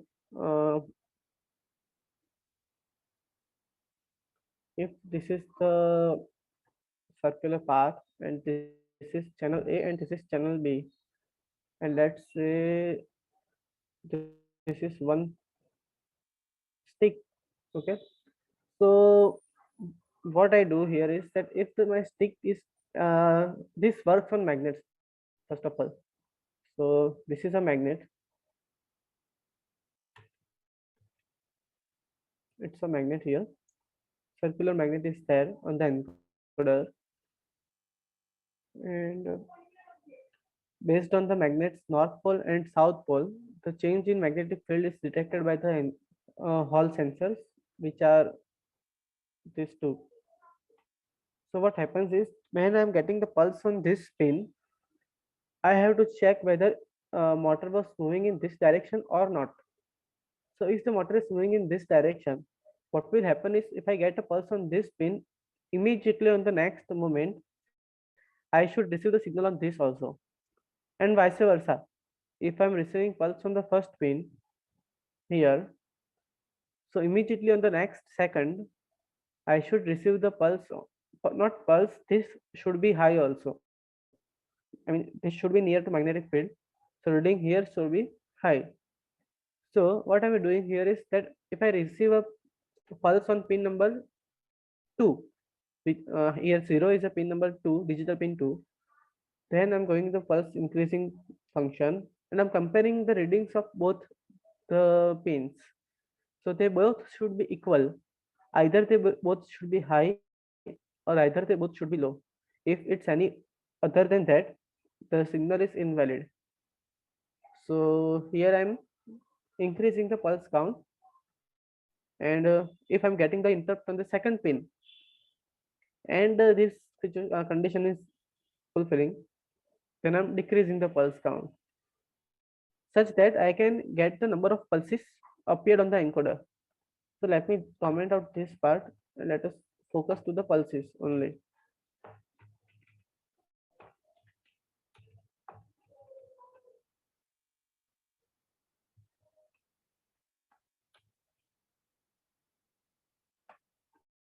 Apart from that, both of the pins should be enabled as input pull up.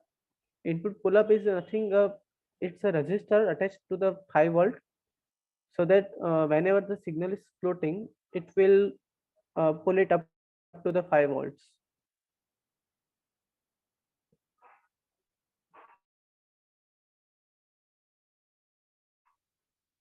So here I will get the pulses which are decreasing continuously. So it seems like it is opposite to the motor's rotation. It is because I have attached the channel A to the pin number 3 and channel B to the pin number. So it should be channel A on pin number 2 and then channel B on pin number 3. So if that is, so Venkat sir was saying about the calibration. So you need to take care of this part. When motor is moving forward, the encoder pulses should be in the forward direction. If that's not the case, you have to correct it. Otherwise, it may cause the issues afterwards. One easy solution is I can multiply it -1 by here also. That also can be done, but it's not a very suggestible practice. So, okay. So here I'm getting pulses in these two functions. It is one is incrementing, one is decrementing. So if motor is moving forward condition, the pulses will be there on both the interrupts, but this condition will only be true during the increasing count if the motor is moving in forward. If the motor is moving in backward, this condition won't be true, so pulse won't decrease. So as you can see, here pulses are in positive direction. If I provide a negative PWM, pulses will start decreasing and eventually it will go below 0. Okay. So let me explain another part of the code. You are familiar with this part of the code. I have to mention volatile here because my pulse count is incrementing on interrupt service routines.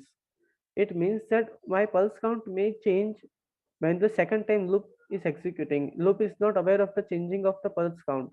Pulse count are changing outside the loop by interrupts. So I have to mention volatile ahead of my pulse count variable. And here there is one condition to execute loop at every 50 milliseconds only. Ignore this part. So here what is happening is initially st is 0.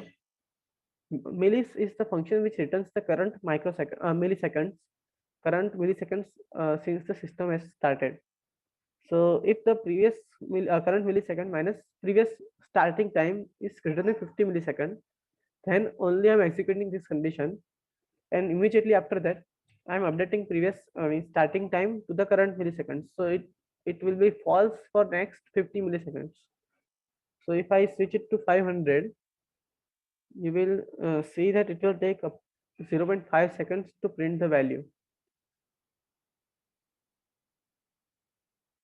Actually, it may seem little slow, but if you compare it to the system time, simulator time, it is taking 0.5 seconds between each serial print.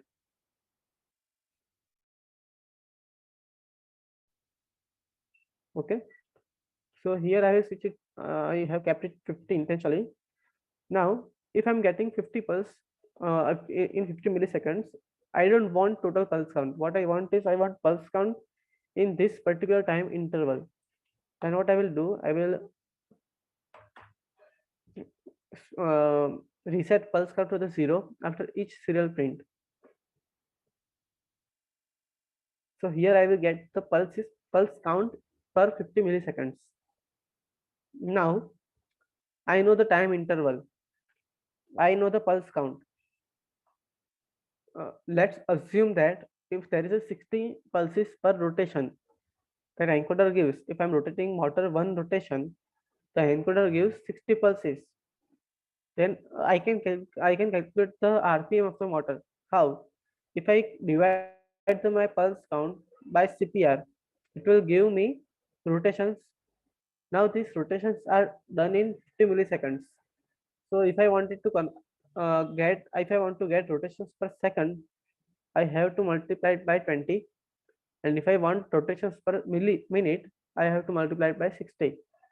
So if I uncomment this, I will get total RPM.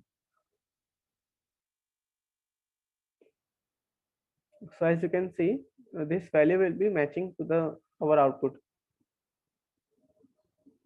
Okay. So please execute this one. It's a little bit difficult to understand. So come up with if you have any doubts or anything. It is important that you get this concept very clearly. Otherwise, it will be issue afterwards.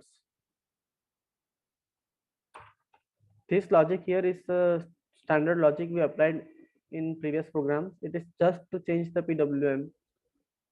So I can get the RPM of at different PWM levels. Let's say I want RPM at 200 PWM. So I can get 460 RPM here, which is almost matching to this one. Now there may be a query of how I can get the CPR of the motor. So generally it is mentioned in the documentation of the encoder. We have to multiply the encoder's CPR to the motor's gear ratio to get the RPM of the shaft of the motor. But in this case, I don't have any documentation of this motor. I have just RPM of the motor. So we have to assume the CPR. So I have did some trial and error. Like if I'm starting from 100, I can see the RPM difference between this and my RPM. Now my RPM are little bit less than this. So it indicates that I have to decrease my CPR. So that's how I came up with the CPR in this case. Even if I change the RPM of the motor, my CPR will differ. So here you can say the RPM of the motor are 60 and my RPM are showing up to 240. So I can increase my CPR by into 4. So which is 240.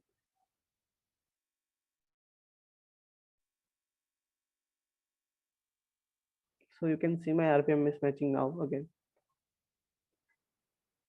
So please execute this program and come up if you have any doubts.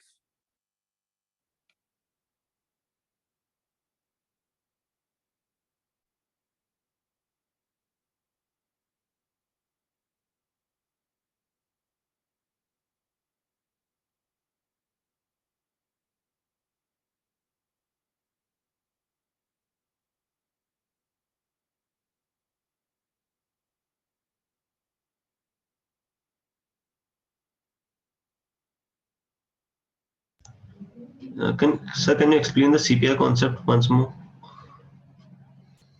Yes, sure. The CPR is the counts per rotation. So generally we can calculate it by using the documentation of the motor and documentation of the encoder. But in this case, we have to assume it because we don't have any documentation of this motor. So if the count per rotation is 240 and I'm getting pulses of let's say 480 every minute, which will say that my current RPM is 2. Clear? Okay, sir. Yes, sir.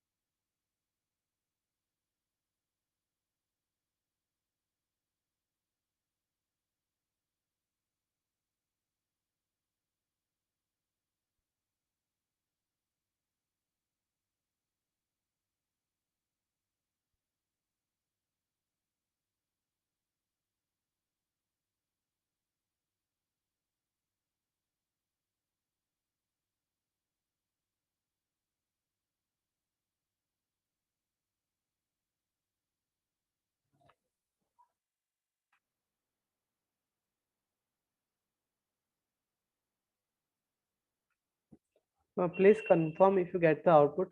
We have to move ahead.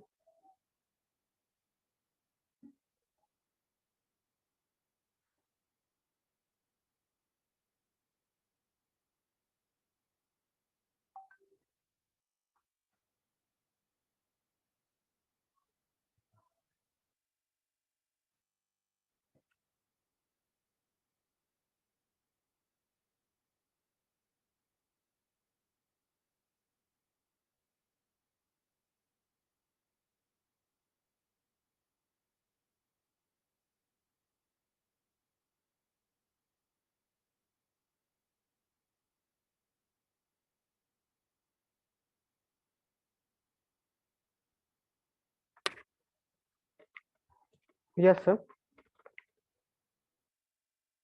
Hello.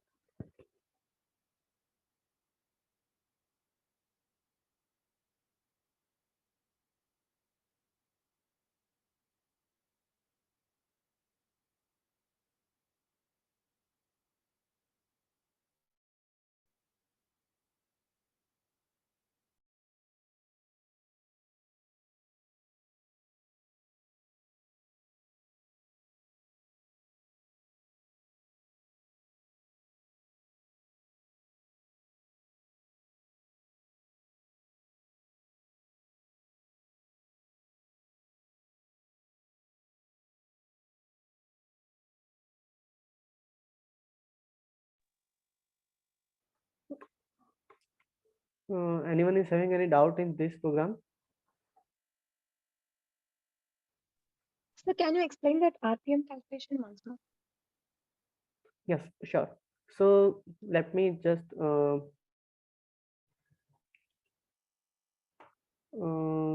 open this up little bit. So let's say, just a minute.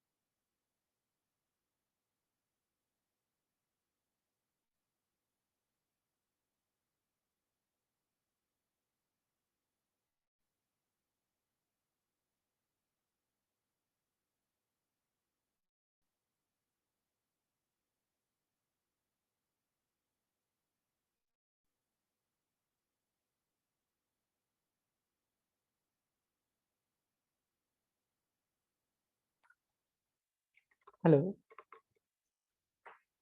Hello. Yes, Color. I can hear you. Yes, sorry. Actually, I got call from Anchor, sir. Yes. So regarding the RPM, let me just break the logic little bit. So first, we are getting the pulse count, right? So we need to convert the pulse count to the pulses per second, or let's say revolution. INT, let's say rotations equals to 0. Then we can get rotation per second, and from that we can convert it to the RPM. So let's say that rotations equals to pulse count upon CPR. CPR means counts per rotation. We are getting count, we have counts per rotation. So by dividing it by CPR, we can get number of rotations in this interval. Okay, and we need to keep it double because it will be a floating value.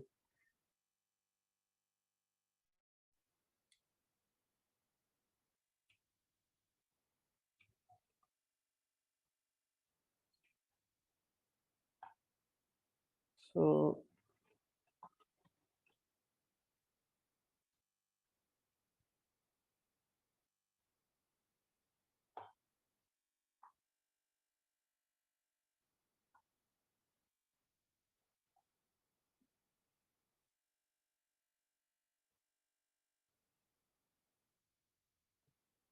okay.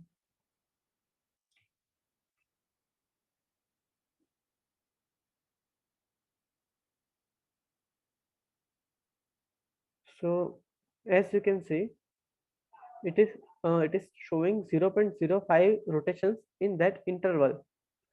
Okay, so we are getting 0.05 rotation here.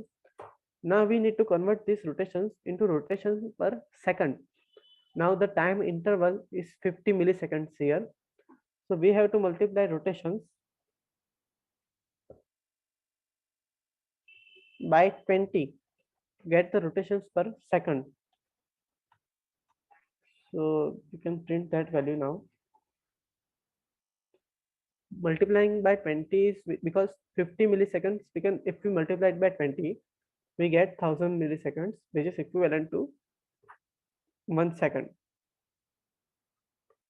Okay, we have to change it to double.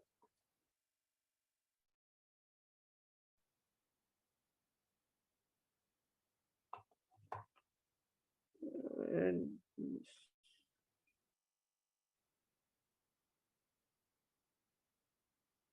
so as you can see here, we are almost getting 0.92 rotations per second.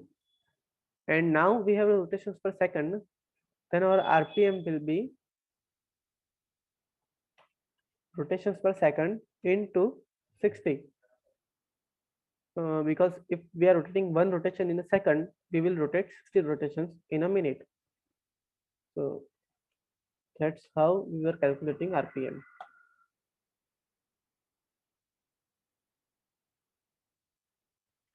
Well, again, I have to change my RPM to double.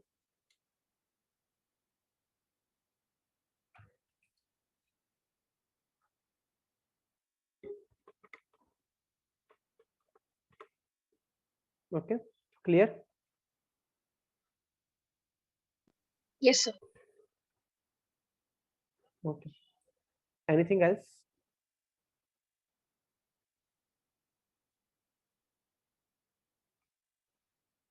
I'm assuming that everyone has got this concept. So now we can we have the we can apply the PWM to the motor. We can get the feedback from the motor also. So now we are having input and output done. So what if I give a target? Let's say let's double target equals to, let's say I have to move it on 200 RPM. Let's say 150 RPM. Okay, I think it is possible. It is possible. So My bad. Now this is a target. This is a very basic example of the closed loop system. What we can do that here we are getting the RPM. So in the very layman language, we can simply write if RPM is less than target, then what? Then PWM plus plus.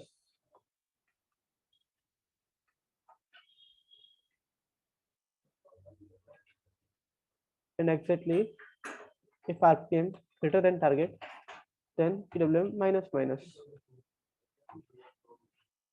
Okay, just a minute.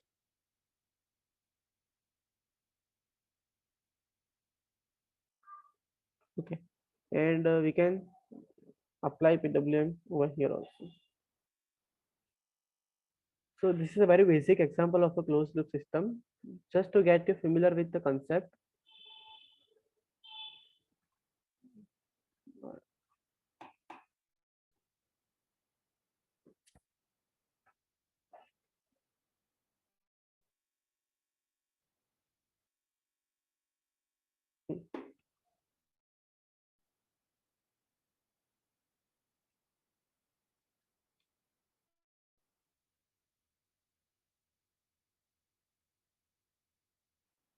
So as you can see, if I open the serial plotter here,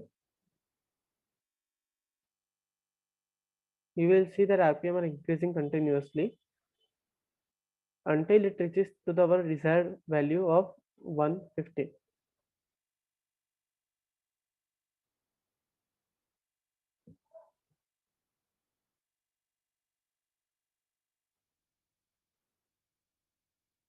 Okay, so this is a very basic, very basic example of our case, but it's not a very suitable thing to do because as you have seen, it's taking too much time to reach the RPM, and also it broke afterwards.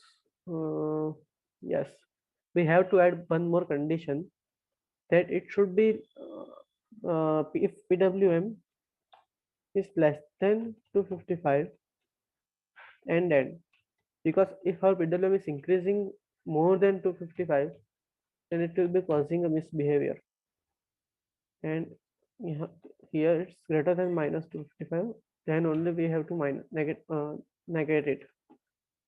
Let me change the target little bit,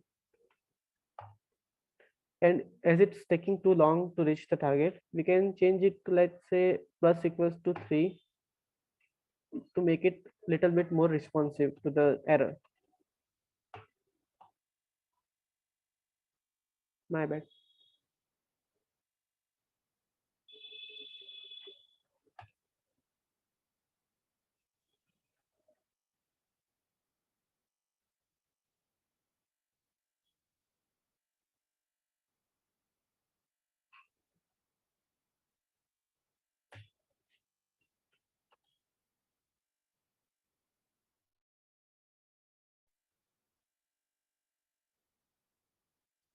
So as you can see, PWM is RPM is increasing faster than before, and it will reach our target perfectly. Okay, so now here we will take target as an input rather than PWM, because our PWM is handled automatically. So initially the target is 120. Now we can change the target to minus 100, and it will achieve that RPM.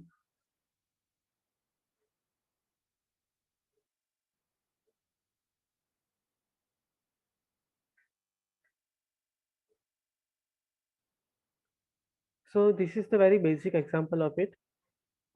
Please perform it as fast as you can on your end so that we can move ahead of this. Okay.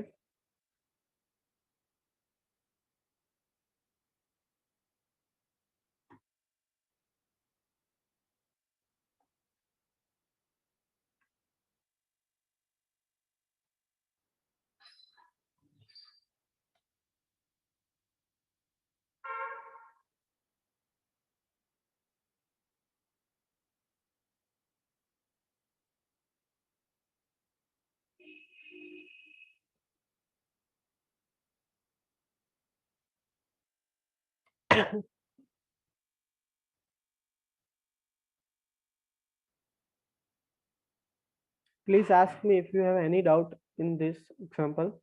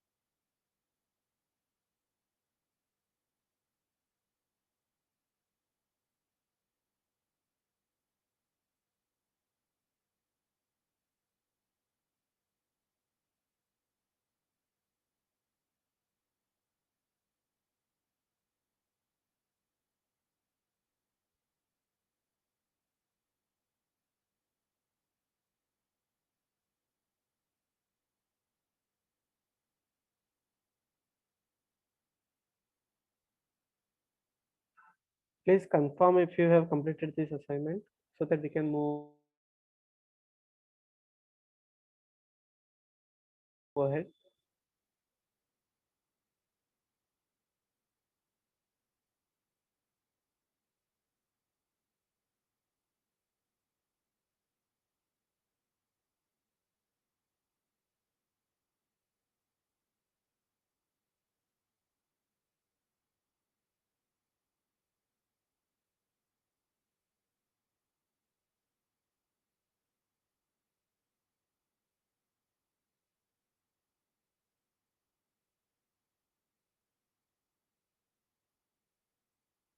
Can you raise your hand if you have completed this? I'm waiting, that's why.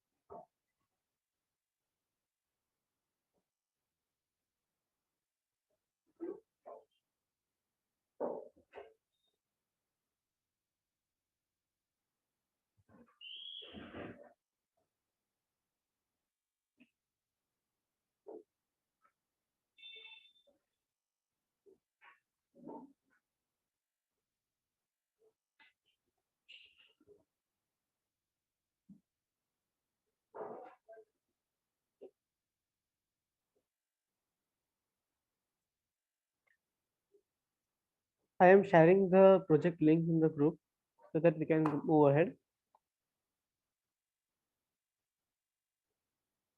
So, yes.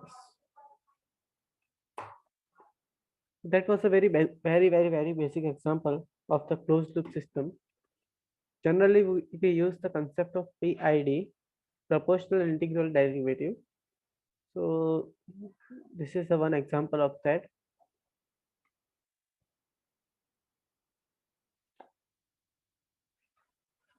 Okay. So here the logic includes three parts. I'm getting the same thing again. Wait.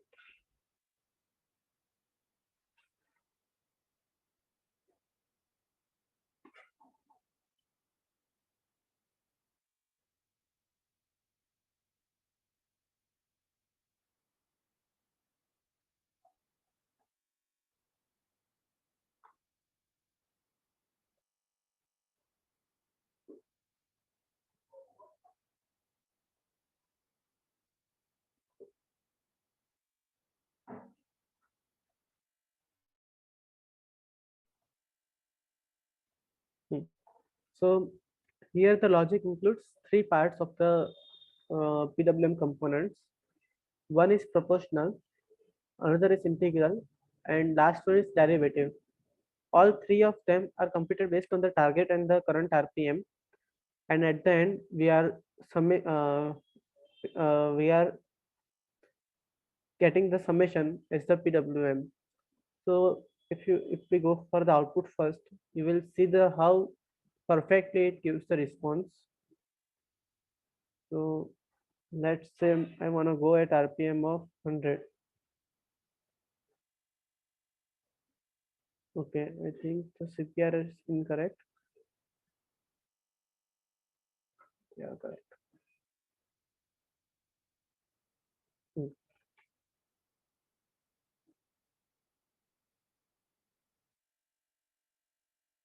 I'm printing PWM instead of RPM.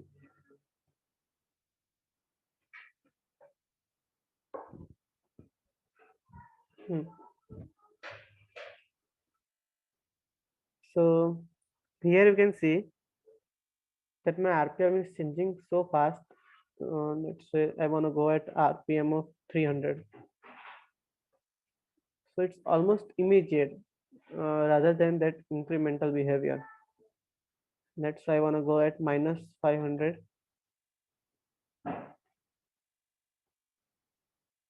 As you can see in the result. So the key concept here is proportional, which is the major part of my result. Proportional is direct multiplying KP directly with the target. So if I give the target of 500 and my KP is 0.5, then my proportional component will be 250. If my target is 100, then my proportional component will be 50. So this is the base of our PWM. On that, there is one integral component. Integral component is an incremental type, which will increment with the time.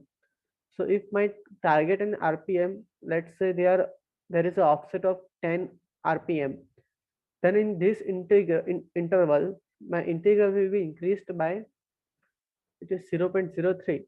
So 0.3, and again the increment of the integral will be persistent throughout the execution. So if I have incremented something in the current execution, it's gonna be there forever unless until my error is negative and integral goes below the zero. Same is the derivative, but derivative is not related to time, it's in real time. My KD is multiplying with the target and RPM current error. So using these three mathematical formulas, we can generate the PWM, which is more likely to get the perfect result. But yes, the tuning here is very important. If I change the tuning, then my system can misbehave very badly. For example, I'm changing KI to 0.1.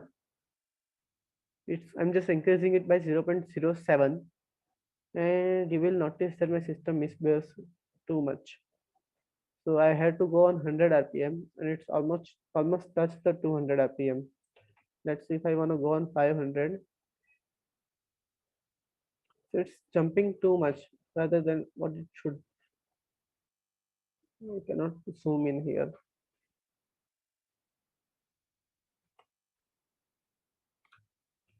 Same thing is applicable for KP also. If my KP is too less,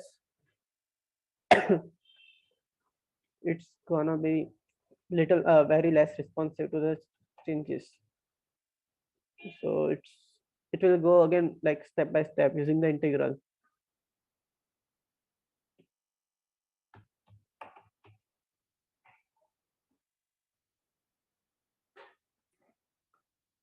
So yes, I'm sharing the link of this project also so that you can get the output very easily.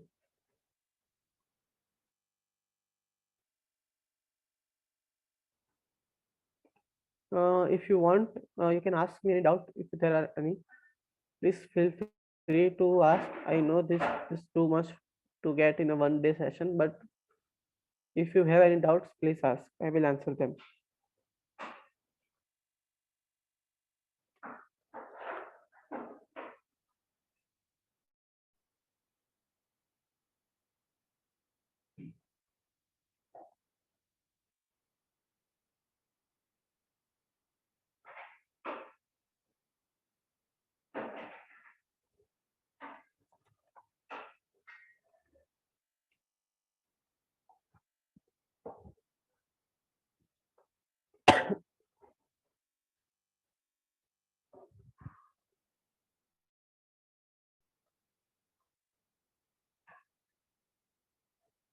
Hmm.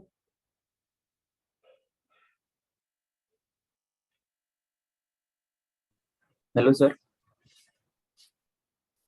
Yes, please. Sir, how to control the motor using PS4? It will be covered in the next part of the session when I will be explaining my current codes. So basically, let me give a little bit briefing. So PS4 is connected to the ESP32 using the Bluetooth, and in that I'm getting the button data. Let's say which button is pressed or what is the values of joystick, and from that I'm getting the speeds which I want, and I'm passing it to the Arduino. It's gonna be covered within next half an hour, so don't worry about that. So means we just have to means here we are giving the input using the serial monitor, and there we have to just take the input from the PS4. Yes. So here we are giving the input from the serial monitor. So as you can see, there are RX and TX pins available on the Arduino. So we can connect our ESP32 here, and whatever I will serial print in ESP32 will be available here. So just like that, I can access the values from the ESP to the Arduino Mega or Arduino. It's not very difficult. It will be covered within the next 30 minutes. It's not difficult at all.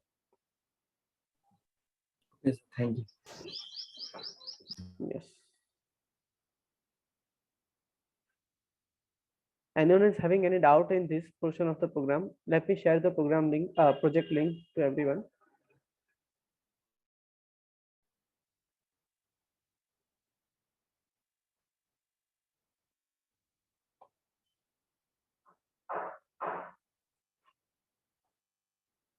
Please confirm if you get the output.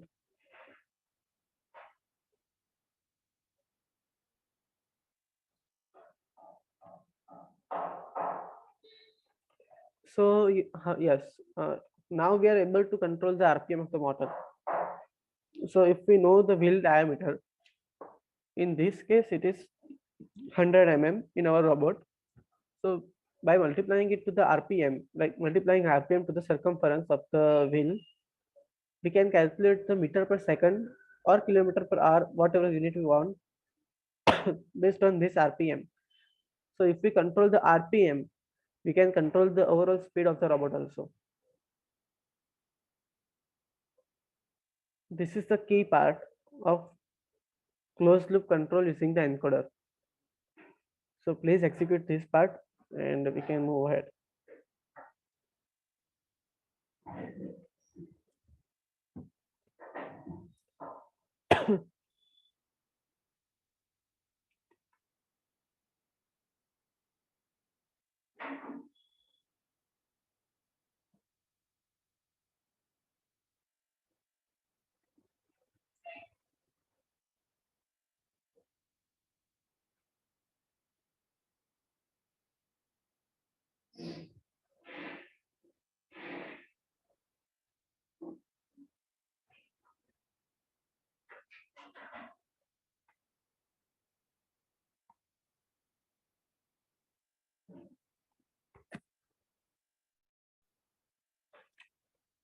Anyone is still doing this part, please speak up so that I can get any idea. If everyone has completed this exercise, you can move ahead also.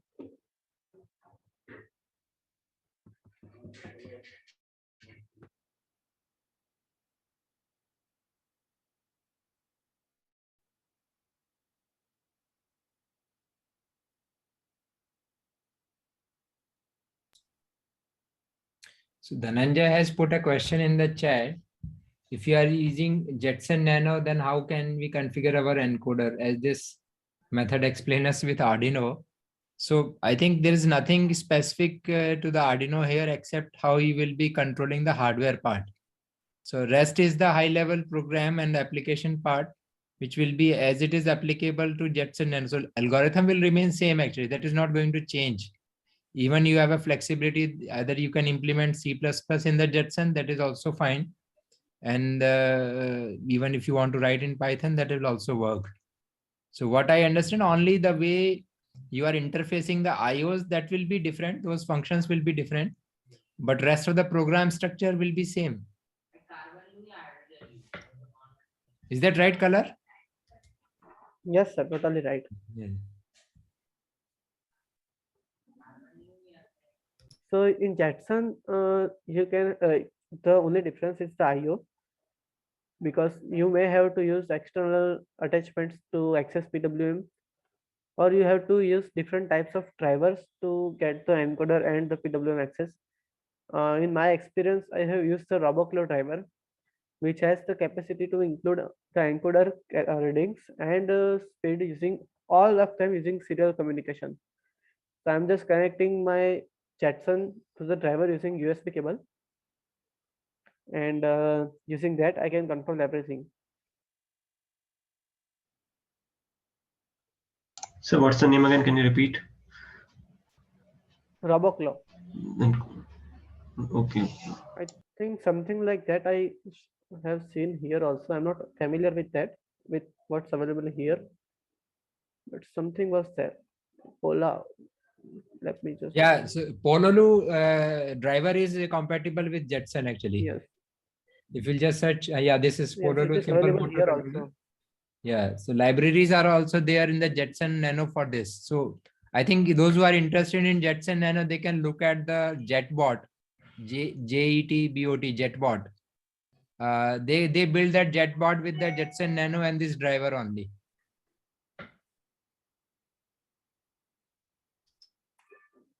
So it's a little bit different kind of controller. It's not exactly what we have in IIT. No, I'm just saying on the JetBot. JetBot, it will be Yes. the same, I think. Yes. If you can just look at the JetBot, Roboclaw will be different. No, I'm not talking about Roboclaw. I'm just talking about the JetBot. Just, yeah, JetBot, NVIDIA, yeah. So JetBot is using, so JetBot home, just go to the JetBot home. Yes. Here you can see which motor driver they are using actually. So then you will get an idea about this. So somewhere bill of material, you just go to bill of material. Yeah. So they are using this motor driver. Yeah, yeah. This one you can use from. In fact, our Smart Alex is also compatible with this. Okay, okay. It also has a serial communication, Mm-hmm. so it's not an issue. So simple average actually nothing will be different in that case also. So those who would like to do experiment with Jetson Nano, they can play around with the JetBot. This is a good learning platform.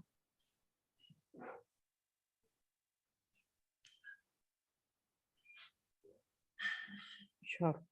Okay. Sir, shall I go on to the base theory? Yes, yes, yes. Quickly, you can just take it for another half an hour. Yes.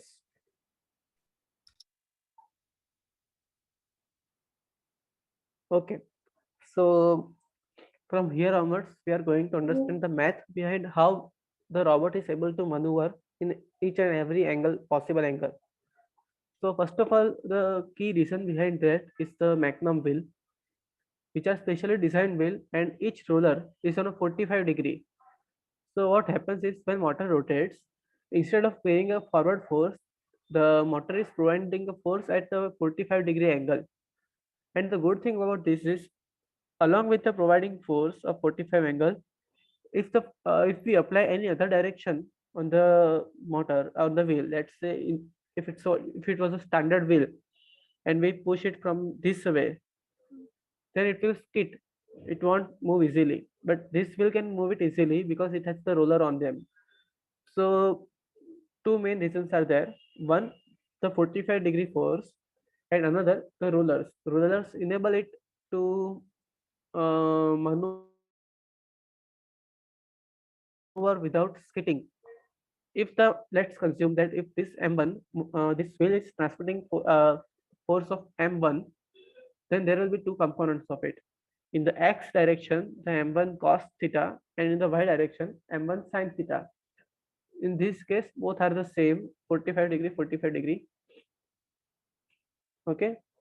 Yes, and if we go here, the force angle changes for each and every wheel. So here we can see that M1 is providing force at 45 degree, then M2 is providing force at 315 degree. So actually we can calibrate as we want, but generally the approach which is more suitable is to make a circle. Here I'm making a circle. So if M1 is moving forward, it will be provide force at this 45 degree. If M2 is moving forward, it will provide force at this 45 degree. It will provide force at this side because the rollers on these two wheels are on opposite. You can see closely, these rollers are at facing 45 degree angle, and this roller are facing, let's say, 315 or 135 degree angle. These two wheels will be same, this one and this one. They will just rotate in opposite directions. Along with this one and this one are the same, but they will rotate in opposite direction. So yes, if we go a little bit inside, we can say that total X force, if the all of the wheels are moving at certain speed, so total X direction force will be M1 cos 45 plus M2 cos 315 plus M3 cos 225 plus M4 cos 135. And in Y, exactly same, but cos will be replaced by sin theta. Now the interesting thing is that if we look from the center, each wheel is providing force at the tangent of the circle. So if we want to rotate the robot, each wheel is providing exactly let's say M2.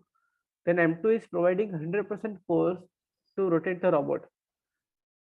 If we take any M, let's say M1. So M1 is providing force exactly at the tangent of the circle which we are creating. So it's 100% component will be used in rotation. So in the rotation, the R is M1 plus M2 plus M3 plus M4. Anyone is having doubt at this point, please clear it up in advance so that we can move ahead.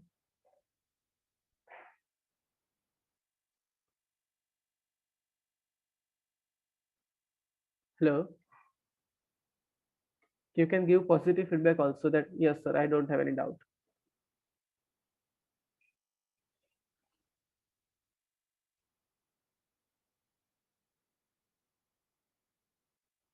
Hello.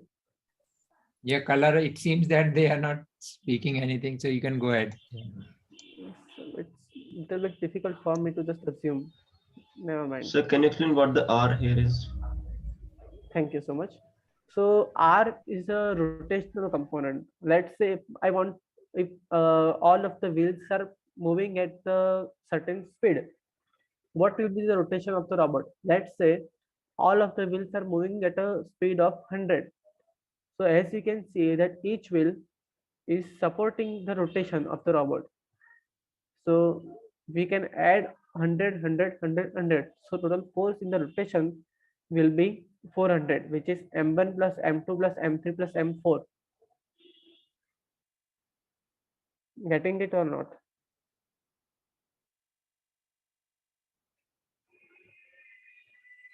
So here R is the answer of my question, that what will be the rotation of the robot if M1 is this, M2 is this, M3 is this, M4 is this.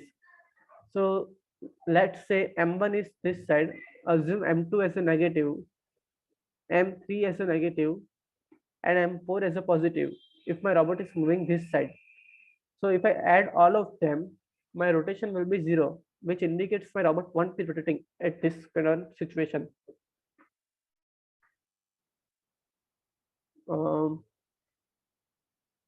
Did it clear it out, or you have any more questions? Please confirm it once. Yes, sir, it's clear. Okay, thank you so much. So if we simplify this equation by putting the cost value and getting it out in a common and keeping sign in between, then my equation will be x equals to m1 plus m2 minus m3 minus m4. I'm ignoring this part. Y equals to m1 minus m2 minus m3 plus m4. So we can get more idea by looking at the figure also.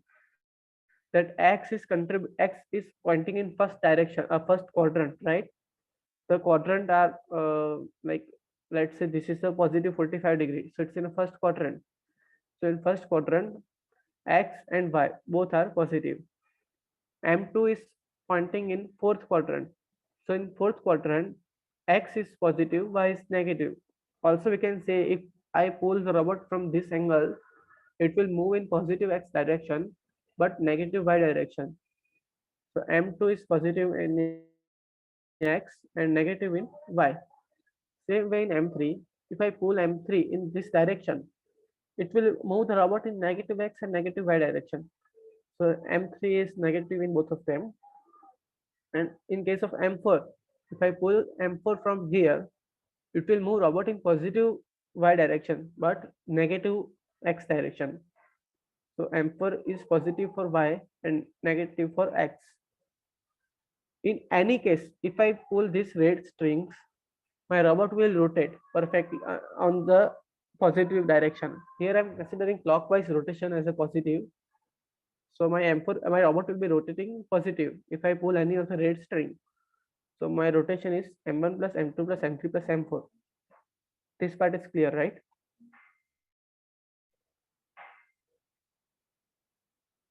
Hello. Okay. So in this part, let's say if I put the encoder values here, I'm putting M1 encoder value, M2 encoder value, M3 encoder value, and M4 encoder value in this equation, then it will give me the displacement of the robot in X, Y, and R. So let's say my M1 is 100, M2 is minus 100, M3 is minus 100, M4 is 100. Okay. So let me just write it down here.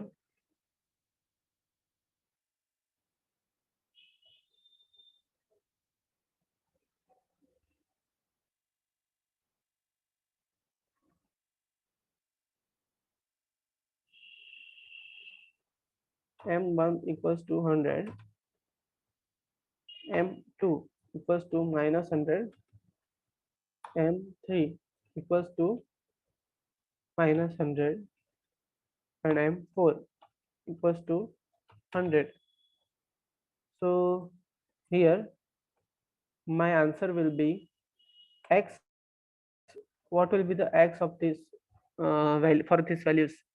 So if I put like 100 minus 100 minus minus plus 100 and plus 100 minus 100, so my X will be 100 minus 100 minus minus plus 100 and minus 100, which will be 0. Same way my Y will be 100 minus minus plus, again M3 is my minus, right? So it will be minus minus plus, and M4 is positive. So here my Y will be 400, and again the R will be 100 minus 100 minus 100 100, which will be 0. So as you can see, I have considered the forward Y direction. So I have received the output in terms of X, Y, R, same way. Okay. So at this point, I'm able to get the robot's displacement using the encoder, not the displacement, let's say robot's movement in previous time interval using the encoder values. Now, if I have to, what actually I want is that I want, if my X, Y, and R are these, then what should be movement of each wheel? That is more practical requirement, right? Because if I want to go forward, how shall I move all the 4 wheels? It is very obvious in this case. But let's say I want to go diagonally at this angle. Let's say X equals to 100, Y equals to 100. So my robot will go at this angle. Then what should be the movement of each wheel? Moreover, if I want to go forward along with the rotation, so my robot will go like this, then what should be the movement of each wheel? So to calculate that, we have to solve this equation. Now obviously here there are 3 equations we have along with 4 variables. So it's not mathematically possible to solve this equation directly. To solve this, we have assumed one thing, that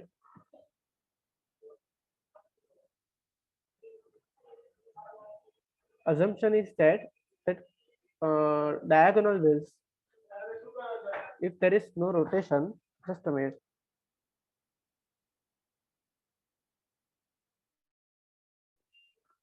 If there is no rotation, so let's remove this part. Then diagonal wheels should be at opposite but equal speed. So my assumption was that m1 should be equals to minus m3 and m2 should be equals to minus m4. And by using this assumption, I have solved this equation and I have received this. So here r by 4 won't be in the answer. I have added, let me just copy paste here.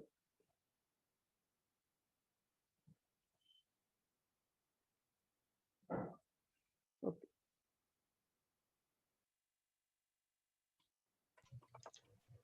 Excuse me, sir.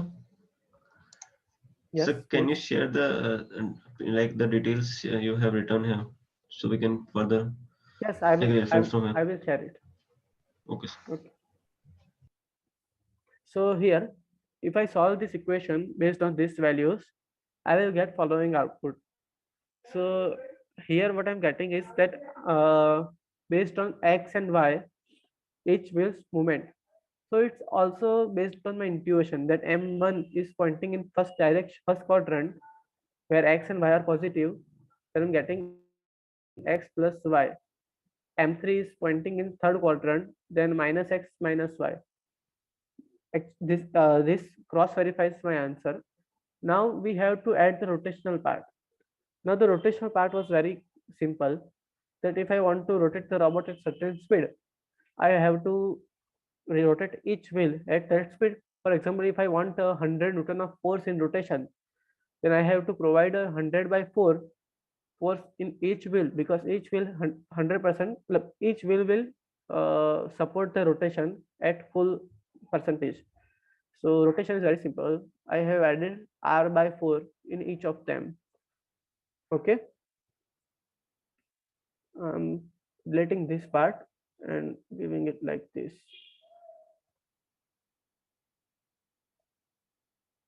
Clear? So using these equations, I can get that what will be the speed of each wheel to get certain movement, get movement in particular direction. So let's say if I want to go in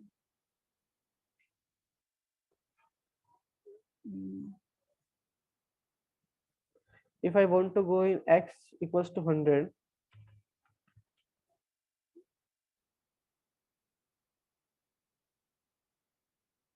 along with y equals to 100, then if I put this value in these equations, I will get m1 equals to, I can ignore this 1 by 4 root 2 part, and it's not playing a big role because it will only decrease the value little bit, but if I keep it, it will complicate my calculations. So I'm just ignoring that part. So m1 will be 200, m2 will be 0, m3 will be minus 200, and m4 will be 0. As you remember, you have seen these values when the two buttons were pressed in the remote simultaneously and robot was moving diagonally. So I can add a rotation here also. Let's say if I add rotation,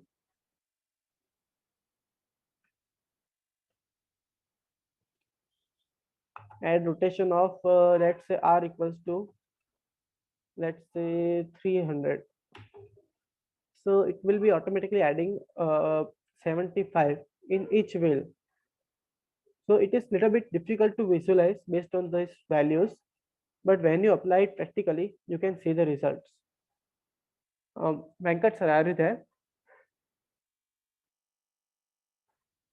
Hello. Okay.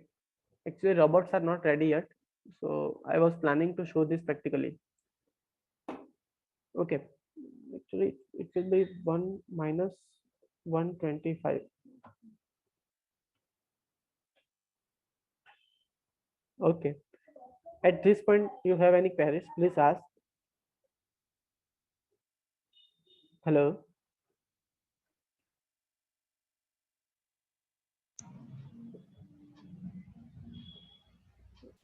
Yes, Dhananjay. Okay. No, sir, no query right now. Okay, moving ahead.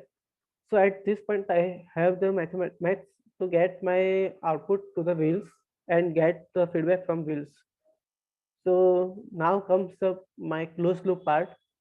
So just like we controlled the one motor in previous example using the PID, here we have to control all 4 motors using PID. So to make a there can be a 3-wheel drive also, or a 2-wheel drive also, or six-wheel drive also. There are 6-wheel Magnum drives in existence. No, drive images.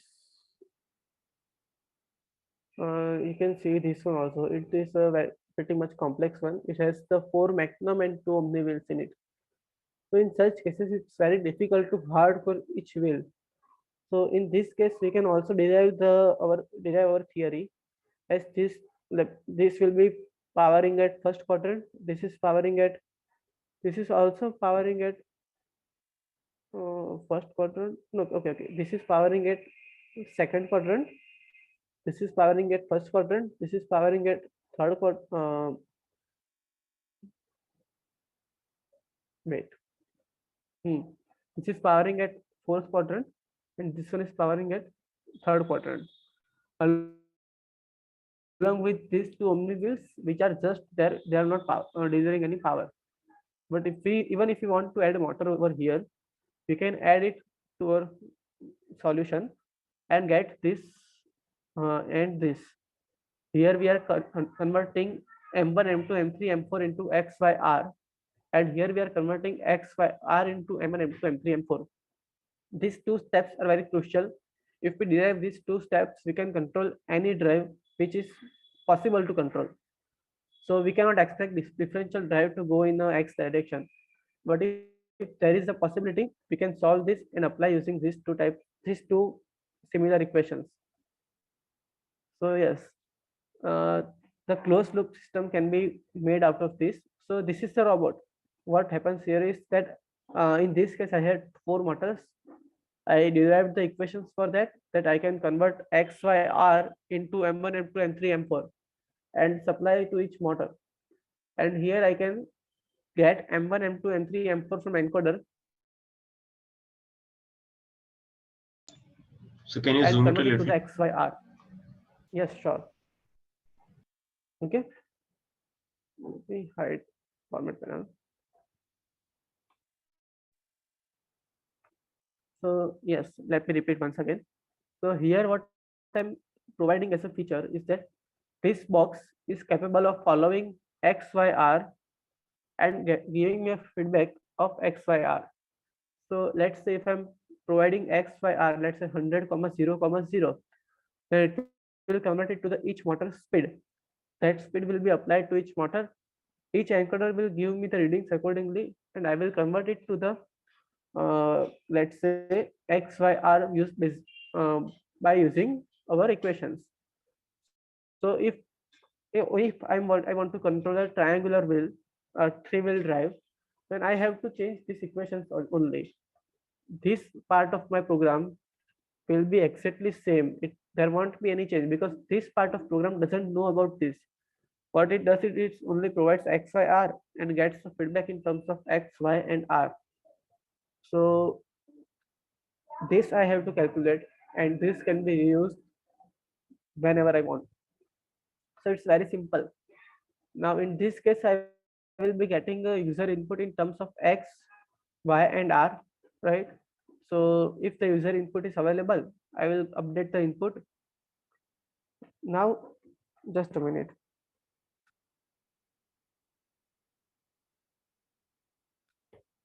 Yes. So now what can happen is that sometimes if I'm providing X, let's say 100, 0, and I'm getting encoder output as 10, 0, 0. So it's not never gonna match. I'm never gonna able to compare those two scales, because if I'm getting the input in the range of hundreds and I'm getting output in range of tens, so I have to get one to the level of another. So it's easier to rescale the input. So we are just rescaling the input. In this case, I'm dividing it by 0.3 in the current case. So multiplying it by 0.3. Now this comes to the PID block. Here what happens is, like, there was a target, right? So we are giving there will be 3 PID.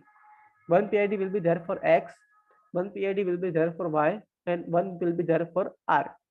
So based on users input, I will set the set point of each X, Y, R PIDs, and give PID a feedback that what is getting from the motor. And after the computing the PID, computation means that integral plus a derivative plus proportional part. After I do that on all 3 PID, I will give the output to the motor. So it will be a complete closed loop cycle which will execute my commands perfectly.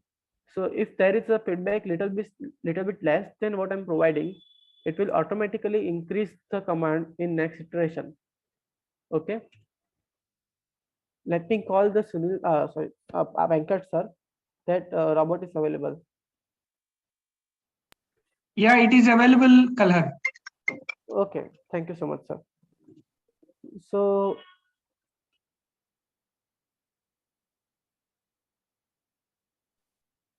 I cannot hear you. Hello, sir. yes, please go ahead. Sir, can we do the same calculation in MATLAB on SumScape, like this Yes, it is motor doable calculations? Yes, it is doable on MATLAB or any software you want. It's just a mathematical concept which is helpful to derive the computer control theory. You can compute this on anything you want. I am from computer So, background, so I'm familiar with programming. Yes.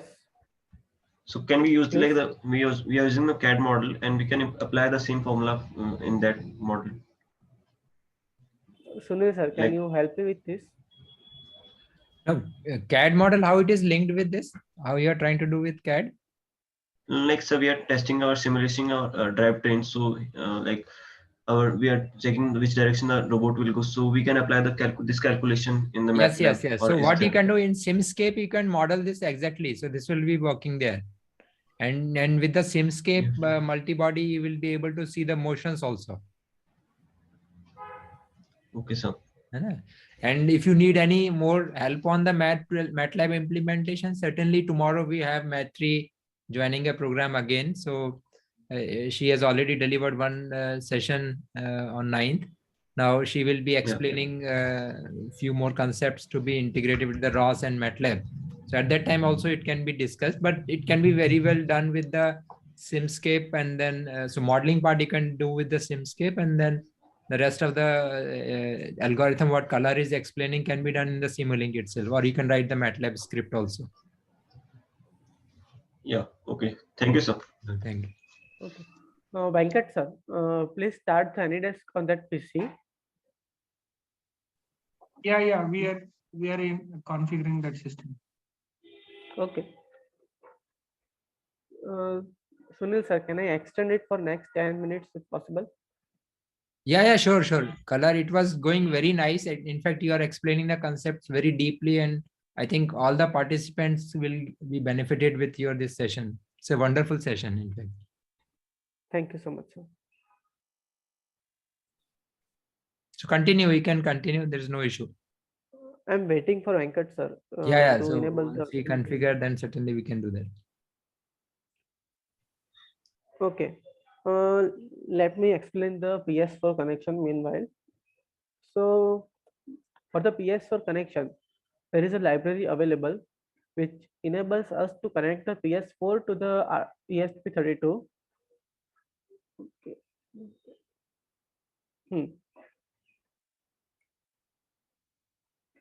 This one. So this is the example code of the same. We are not using this exactly same code, but let me explain it little bit. So here we can provide the MAC address of the PS4. We can access the MAC address of the PS code using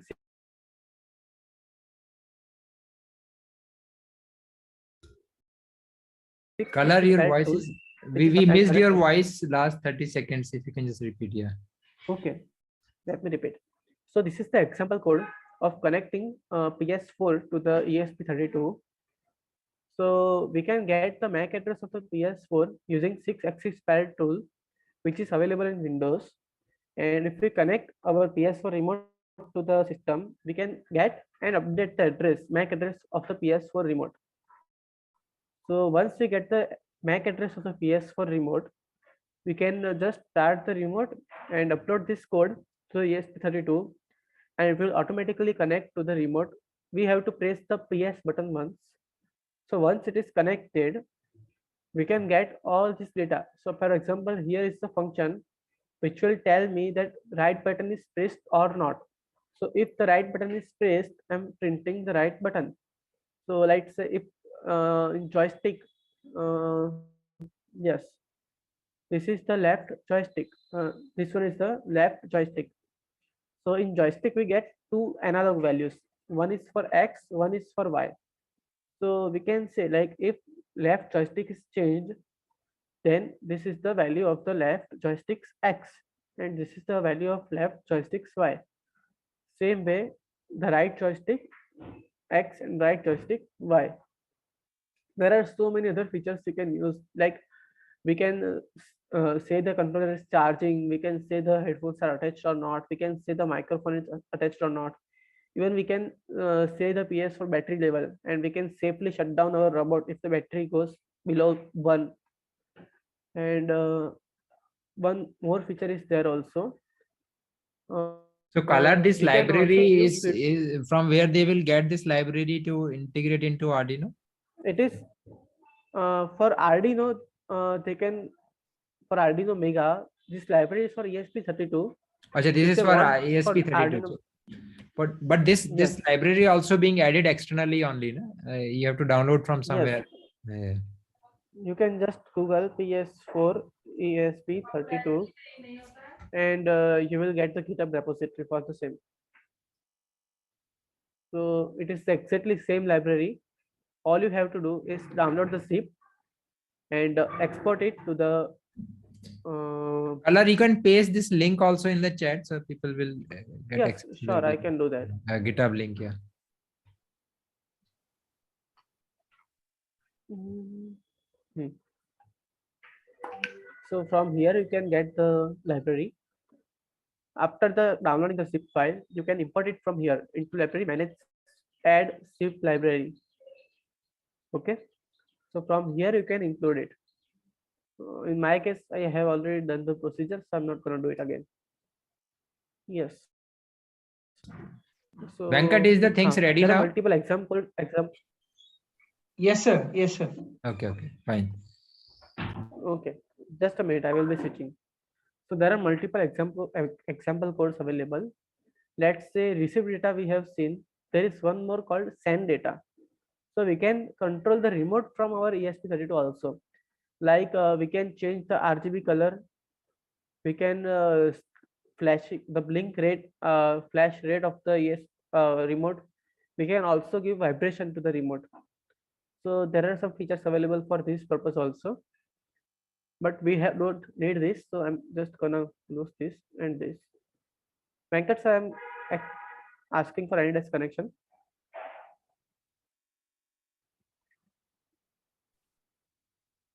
Yeah, it is connected. Yes, sir.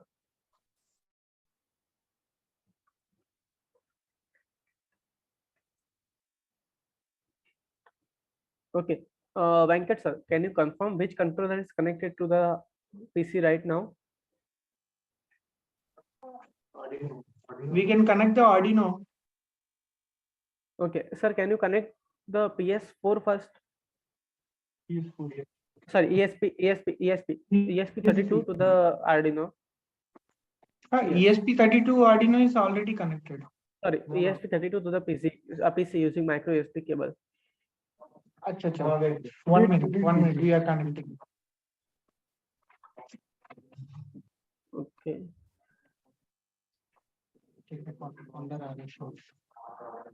Of course, there are some process needs to be done to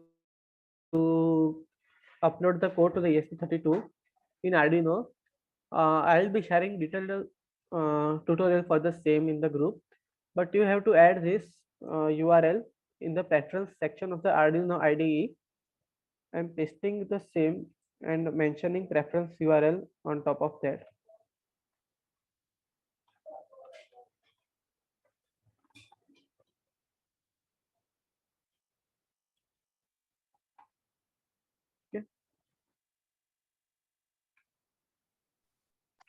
So ESP is connected. Shall we connect it to the laptop now?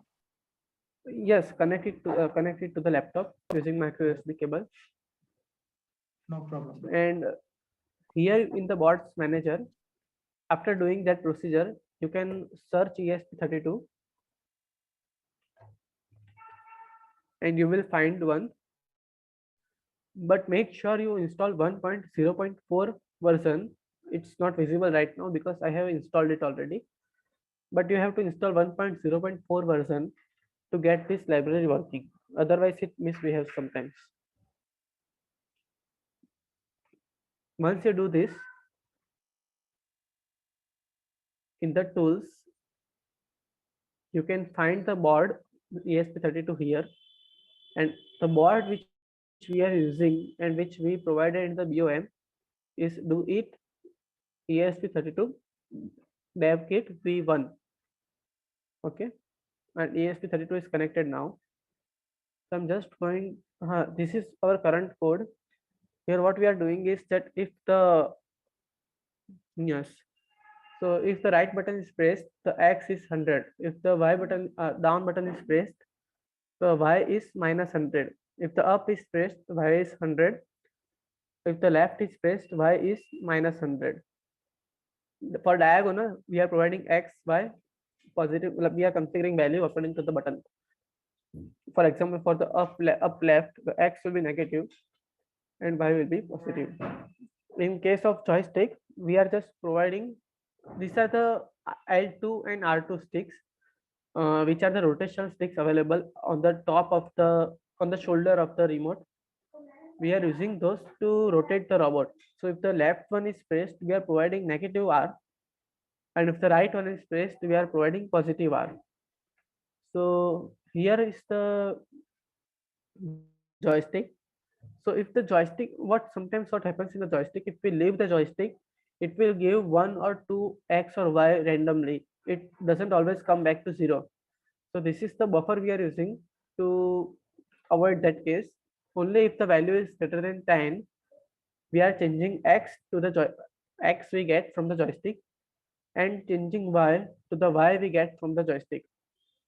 And at the end, we are just printing it on the serial for our reference, and on serial 2 to transfer it to the Arduino Mega. The serial 2 is connected to the serial of Arduino Mega. So in the case of Arduino Mega, it is just like we are writing on serial, but the writer here will be ESP32 in case of the laptop. So if we open the serial monitor here, Venkat sir, can you connect the remote to the ESP32? Yeah. Yeah, we are connecting it. Yes. It is connected. Can we have a remote video feed also from your side? Is it possible? Yes, sir. Yes, sir. Yes, sir. Just make it on so we can see that.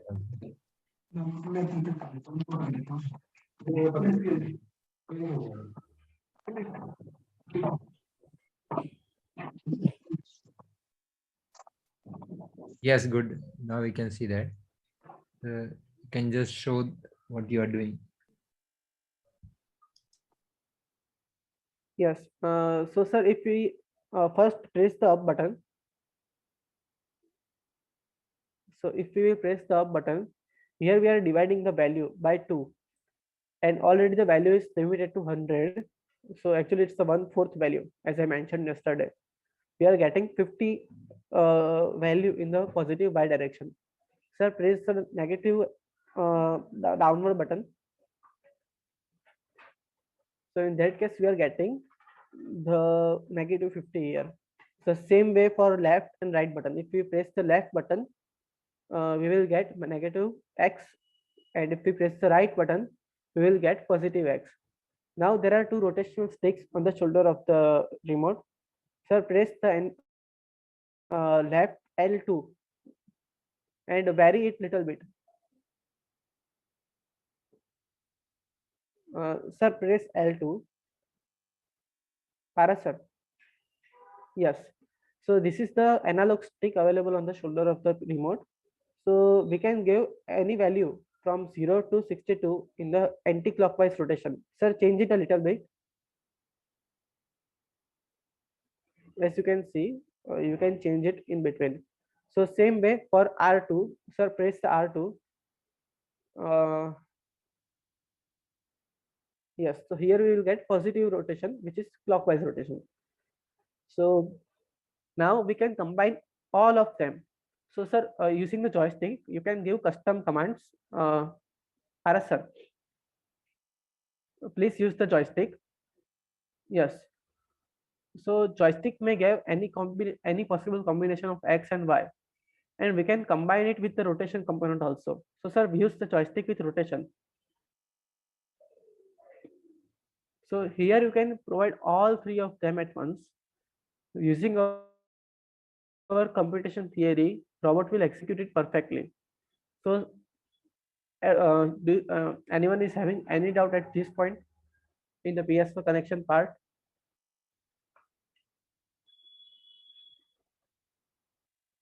Hello.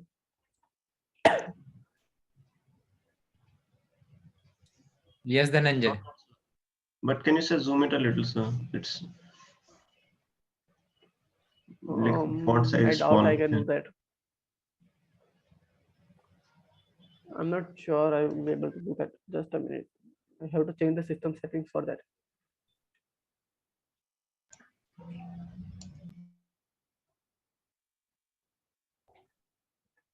Are you asking about the video streaming or the screen? So the text showing, I don't know. Yes. Text Okay. ID. It is on the. Okay. Wait. Is it okay now? Color हाँ just sir, वहाँ से apply. Then just remove this window. here. I know. Okay. So monitor. Okay, wait. Okay. Increase the font size and apply it. Okay, sorry, So I it's think my resolution he has sorry. already changed. Yeah, resolution will also make that impact. But you have to remove this window to see it. So No, sir. apply Actually, changes. Venkat, you can do it because he is accessing the same system with you. No?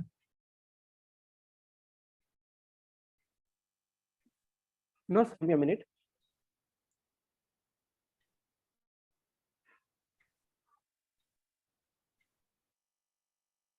I think system which is on any desk, if you change the resolution there, it will help.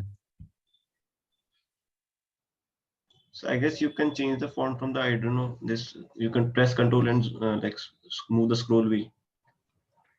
Let me try that one.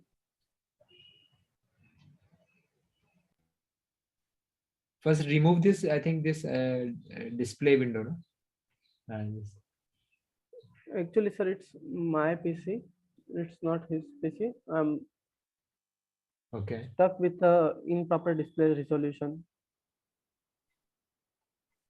Yeah, because once you change it, everything will be disturbed. Yes, I'm not able to find the apply button. I think I have to At the restart. top. We can It's see in that top right corner. Yeah, but it may not be coming on his display. That may be the issue.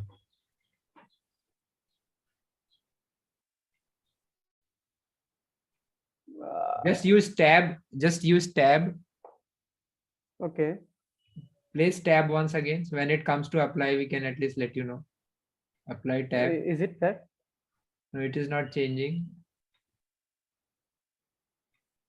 Or you just press enter. Let's see that. No. No, it is not going actually. So let me just restart the system very fast. Hmm.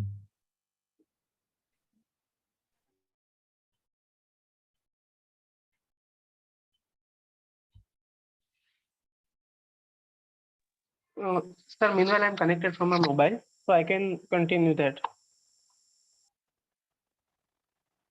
Hello, am I audible? Yes, yes. Yes.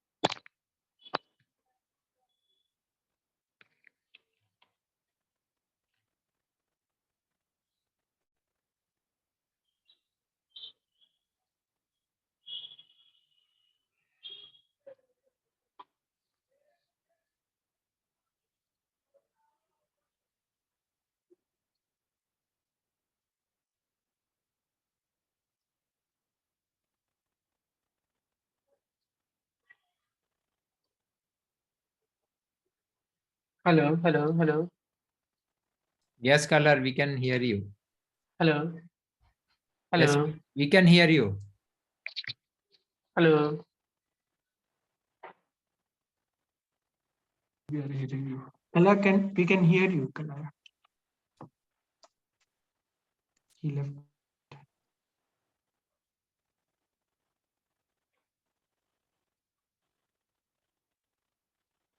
Hello. Venkat, you can call him and Am I coordinate. am I audible? Yeah, am I we, audible, we sir? are able to hear you. Okay, okay.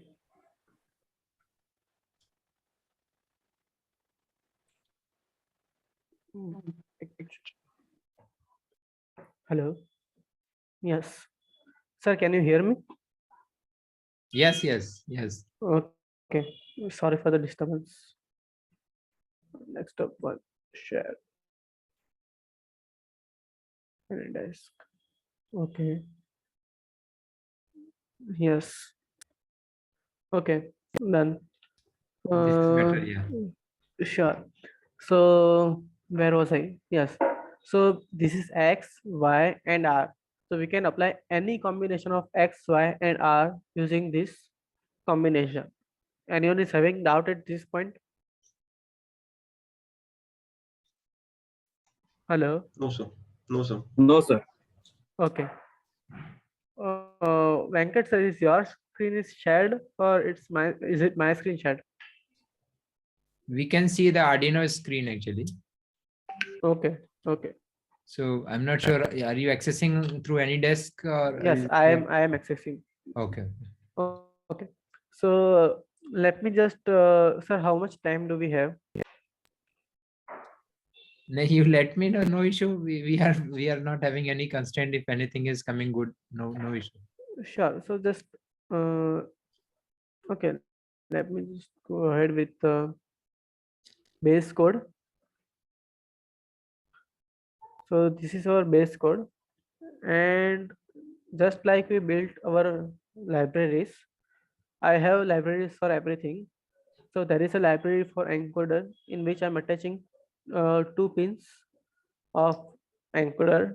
There is a library for motor also. These are custom made. The rotary base, the universal encoder, the motor, all of them are made by me, which I will be providing you in form of zip file, which you can unzip to the Arduino's libraries folder. So here all 4 motors object are there. The M1 is connected to pin number 9 as a PWM and pin number 8 as a direction. M2 is connected to pin number 7 as a PWM and pin number 6 as a direction. Same way. The encoder 1, which is connected to, which is physically attached with M1, it is on pin number 18 and 14. So one thing we need to take care of is there are total 6 interrupt pins available on the Arduino Mega. Just like there were 2 interrupt pins in Arduino Uno, like 2 and 3. In Mega, there are 6 interrupt pins 2, 3, 18, 19, 20, 21. So I have balanced each encoder such a way that one pin is an interrupt pin, another is a normal pin. So its performance is in average case. The worst case is that both the pins are non-interrupt pins. The best case is both the pins are interrupt pins. Currently, all 4 encoders are in the average case. Okay, so here, let me just never mind. So here, the user in reference. Actually, as I said, the user input is updated inside the library, right? Let me open it very quick. Sir, are you able to see the VS code? Which code you are saying? Are you able to see the VS code or Arduino? Yeah, now we can see VS code now. Okay. So actually here I have updated the code little bit. That's why I'm opening this one. Okay. It's easier to understand.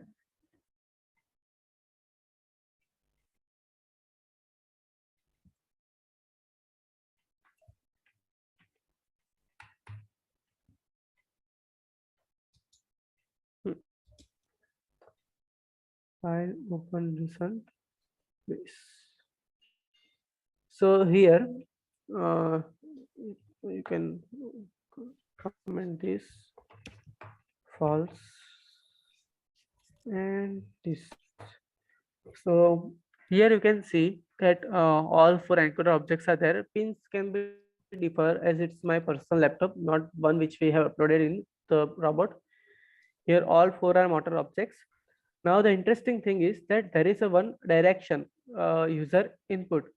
So basically in entire program, there was a very issue, it was a very big issue to control X, Y, R in each and every step.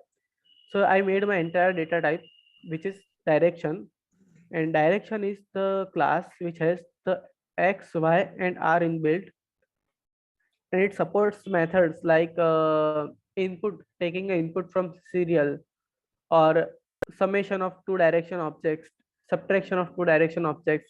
These are core C++ fundamentals that I have an operator overloading, it's said. So direction is combination of X, Y, and R. So I have created one object here. I have provided it to the rotary base itself, saying that you have to follow this object. Now it's a reference variable. So if I change anything out here also, like say here, so it will be automatically updated inside the library because library is following the same object. So here, if I'm giving the X, Y, R in, let's say 100, 0, 0 from the serial, then library will automatically follow that. So in library, if we go on the top view, you can see it's using some other direction objects, like say, let's say real is the encoder feedback we are getting. PID out is the X, is the combination of all 3 outputs of the PID, X, Y, and R. User in, it's the same, we are getting it from outside also. And final speeds, actually this is the motor speed subject. It contains M1, M2, M3, M4. So here in the compute, what I'm doing is I'm computing feedback. I have attached the feedback, the real object. So what will happen that I will get the real-time encoder values in the real variable. So whenever I'm computing, if I say feedback compute, I will get all the feedback in this real variable. Now I have supplied the same variable to PID also, and PID has also user in and PID out, and PID out is provided to the audiometry helper, which is part of that box that accepts X, Y, and R, and controls the motor. And yes, so final speed is the output of the odometry, which is then provided to the base. Let's not get into too much of the detail. It will take too much of time. But overall, we say, let's say that user in is provided to the PID. Real is coming from the feedback, and it is also provided to the PID. And the PID output is the output which robot wants to move at based on the user input, and PID's computation based on the feedback also. And we are providing to the odometry. Odometry is the logic which I explained as a part of mathematical equations to convert X, Y, R into M1, M2, M3, M4. So odometry will convert into M1, M3, M2, M3, M4, and it will be then passed to the final speeds, which is passed to the base. And in base, you can say, let it is a motor handler. I am just setting all the PWMs. If I go in a feedback handler, so I'm getting all, you can see that equation here, that M1 plus M2 minus M3 minus M4, M1 minus M2 minus M3 plus M4, and M1 plus M2 plus M3 plus M4. It's the same equation we have seen on the document. So thus the entire cycle completes, and in the computation, here in the compute, it is happening on every 100 millisecond. And I'm computing the feedback, I'm computing the PID, and odometry is then computed, and then at the end the speed is applied to the motor, so such that user speed will be converted in the physical robot speed. So yes, Venkat sir, is the camera still on? Hello. Yes, Hello. Kalhar? Yes sir, is the camera still on? It is on only. Okay, so remove the RxTX from ESP32 and connect Arduino to the system so that I can give commands from here. Okay, wait. Okay.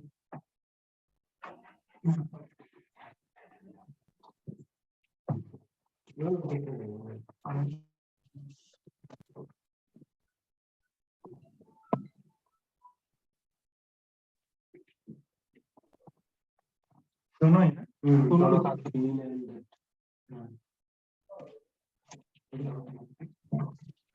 ये ESP वाला दिखाता है ना? Very low. Okay. And what about ground? Not a problem. Okay, done. Sir, I'm not getting the port. Arduino is yet to be connected. Yes. Okay.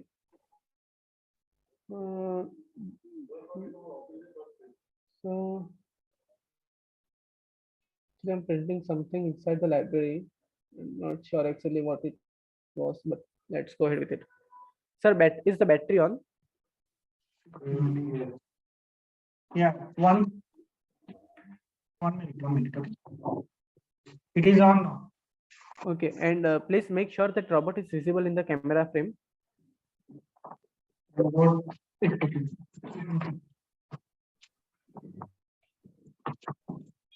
Which wheel you want? All four wheels if possible. Okay. Okay, perfect. So let's say if I'll give forward X here 100. So you can see that all four wheels are, let me slow it down a little bit. Okay, let me slow it down further. Sir, don't go much far away, it's not visible clearly. Yes, 0,50. So currently robot should be moving in positive y direction at the speed of 50. 50 is not unitized yet, but we can calibrate it to certain speed levels also based on the encoder readings. Here what you are seeing is the encoder readings in each interval. So I'm getting up to 5 to 6 pulses in y direction. in each 100 milliseconds. So now if I want to go in a right side, I will be saying, let's say 30, 0, 0. So it will be going in positive x direction. So as you can see, I'm getting here up to, let's say, 3 to 4 pulses in each interval in the positive x direction. Okay, and in the rotational side, if you can see, the error is continuously appearing, but my PID is neglecting that error, it's negating it. So let's say if we want to go at 40, 40, so my robot will go in a positive x, positive y. It will mean that at the 45-degree angle, as you can see that M1 and M3 are rotating towards us, and I'm getting both encoder readings here, Fx and Fy, if you can see. Okay, and I can combine rotation also. Let's go for only rotation first. Let's say 30 rotation. So as you can see, the M1 and M4 are coming towards us, and M3 and M2 are going away from us. And you can see the feedback also. That feedback matches our input. It is going in rotational motion. So now we can combine all three also. Let's say 30, 30, 30. So it is pretty difficult to visualize, but if we put the robot down in this situation, it will be moving diagonally along with rotating in a, let's say, orbit type of thing. So sir, can you show one example of, let's say, x and r parallelly? So if this is the case in which I'm providing x50, y0, r50, so here robot is moving in a rotation, but the axis will be the last two wheels. Paras sir. Please tell. Yes. So if possible, can you put the robot down and give positive x with the rotation? So you want to connect us through laptop only? No. Using remote. Then we have to reconnect all the ESPs and Arduino.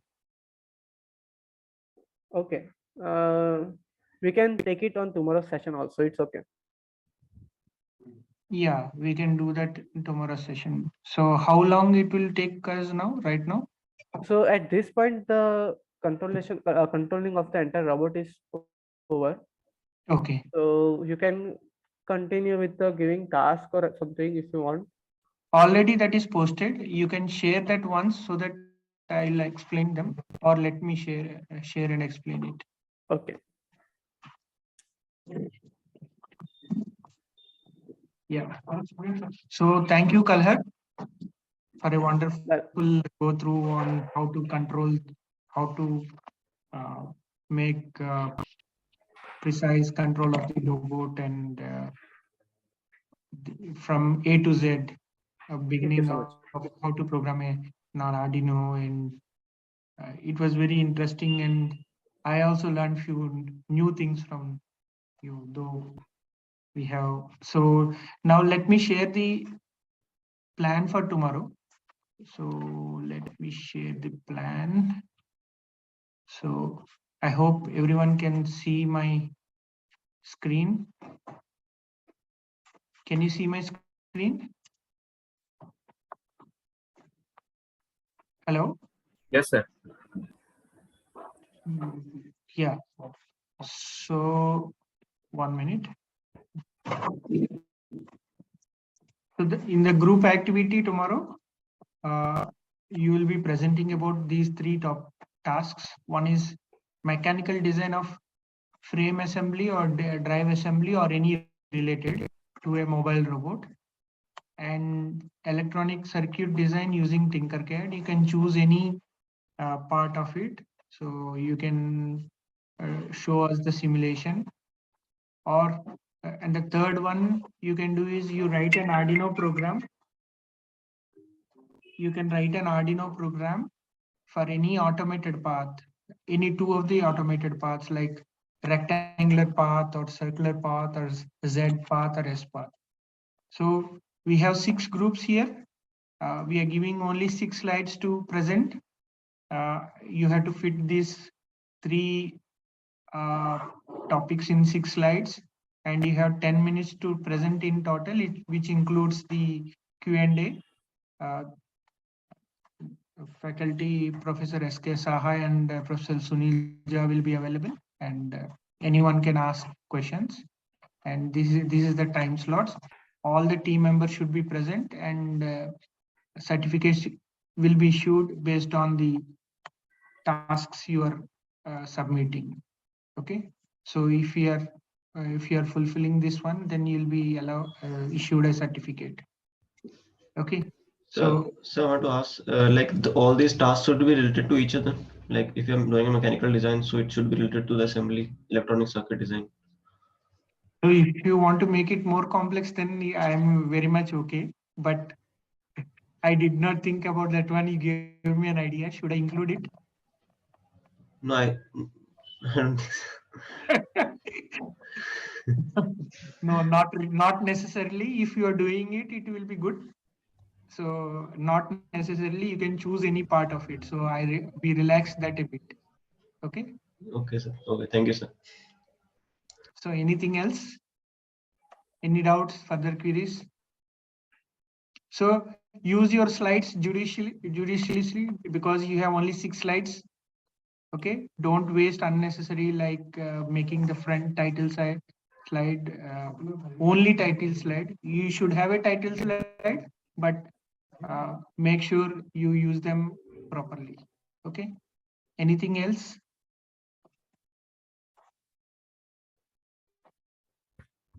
Sir, I personally think that path will be difficult for them to implement in Tinkercad without any visualization.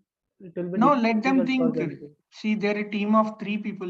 It is not a single task. Let them think. We have thought of it, so let them think and do whatever they can do. Okay. Sir, can I elaborate the task little bit in detail, if possible? Which task? The Tinkercad task.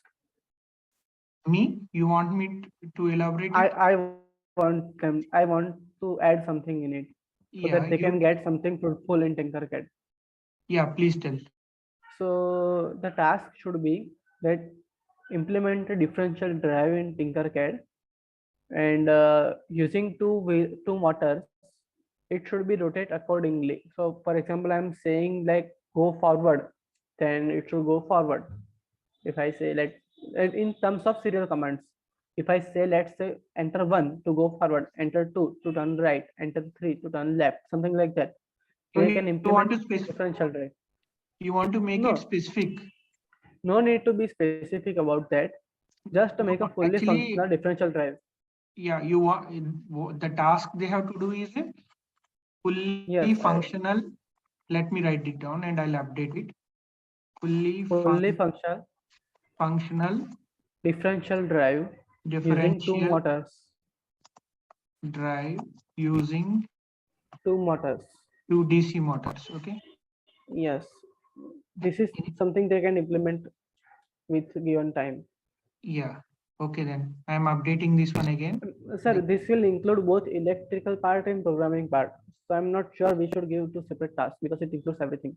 No, let them write that one. But what I want to do is not only the differential drive, whatever we have, because you're also sharing the code, whatever we have. If they write this function as a function, okay, we'll implement it, all these 6 paths in the physical robot, and we'll live telecast it that their code is working or not. That is my idea. Okay, sure. Okay, so let them write the code so that we'll dump it in the Arduino here, and then it should run, and it should take the same rectangular path, circular path, or Z path, or S path, or if they are creative, more creative, they can also do anything. Okay. Sure. Yeah. and they can reach out to me anytime. So if you have any doubt, let's say Yeah, 11 on the WhatsApp group, 11 PM. or you can Yes. reach to Mr. Kalhar or any one of us. Okay, shall we close the session for today? Any further doubts? Sunil sir, if you want to add few words, then we can terminate the session. I think Sunil sir is away from the. Sir, Yes, please. Sir, what if we try to build a three-wheel omni-wheel drive, means three-wheel? Then how to code for all this? Means we have to implement that method which you have tell us. Well, means that vector grouping method only. I'm not getting your audio clearly, but let me repeat what I'm getting. So you want me to explain the three-wheel drive calculation, right? Yes, sir. Sir, means Okay. we have to do it according to the vector group of calculation that we have shown. Yes.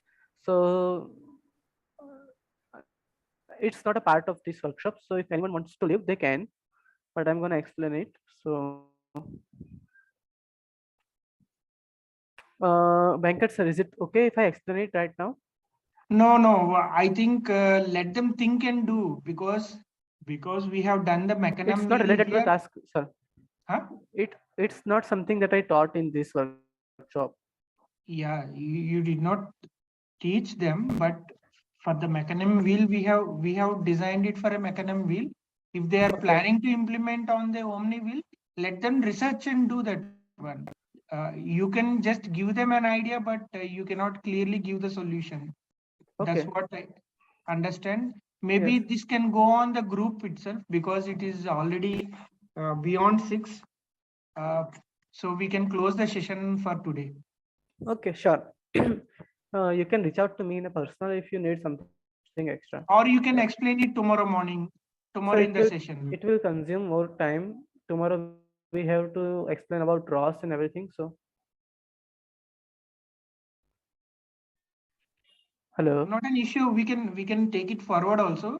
This group will be intact for the following days also. As per me, as per my idea, I have proposed for a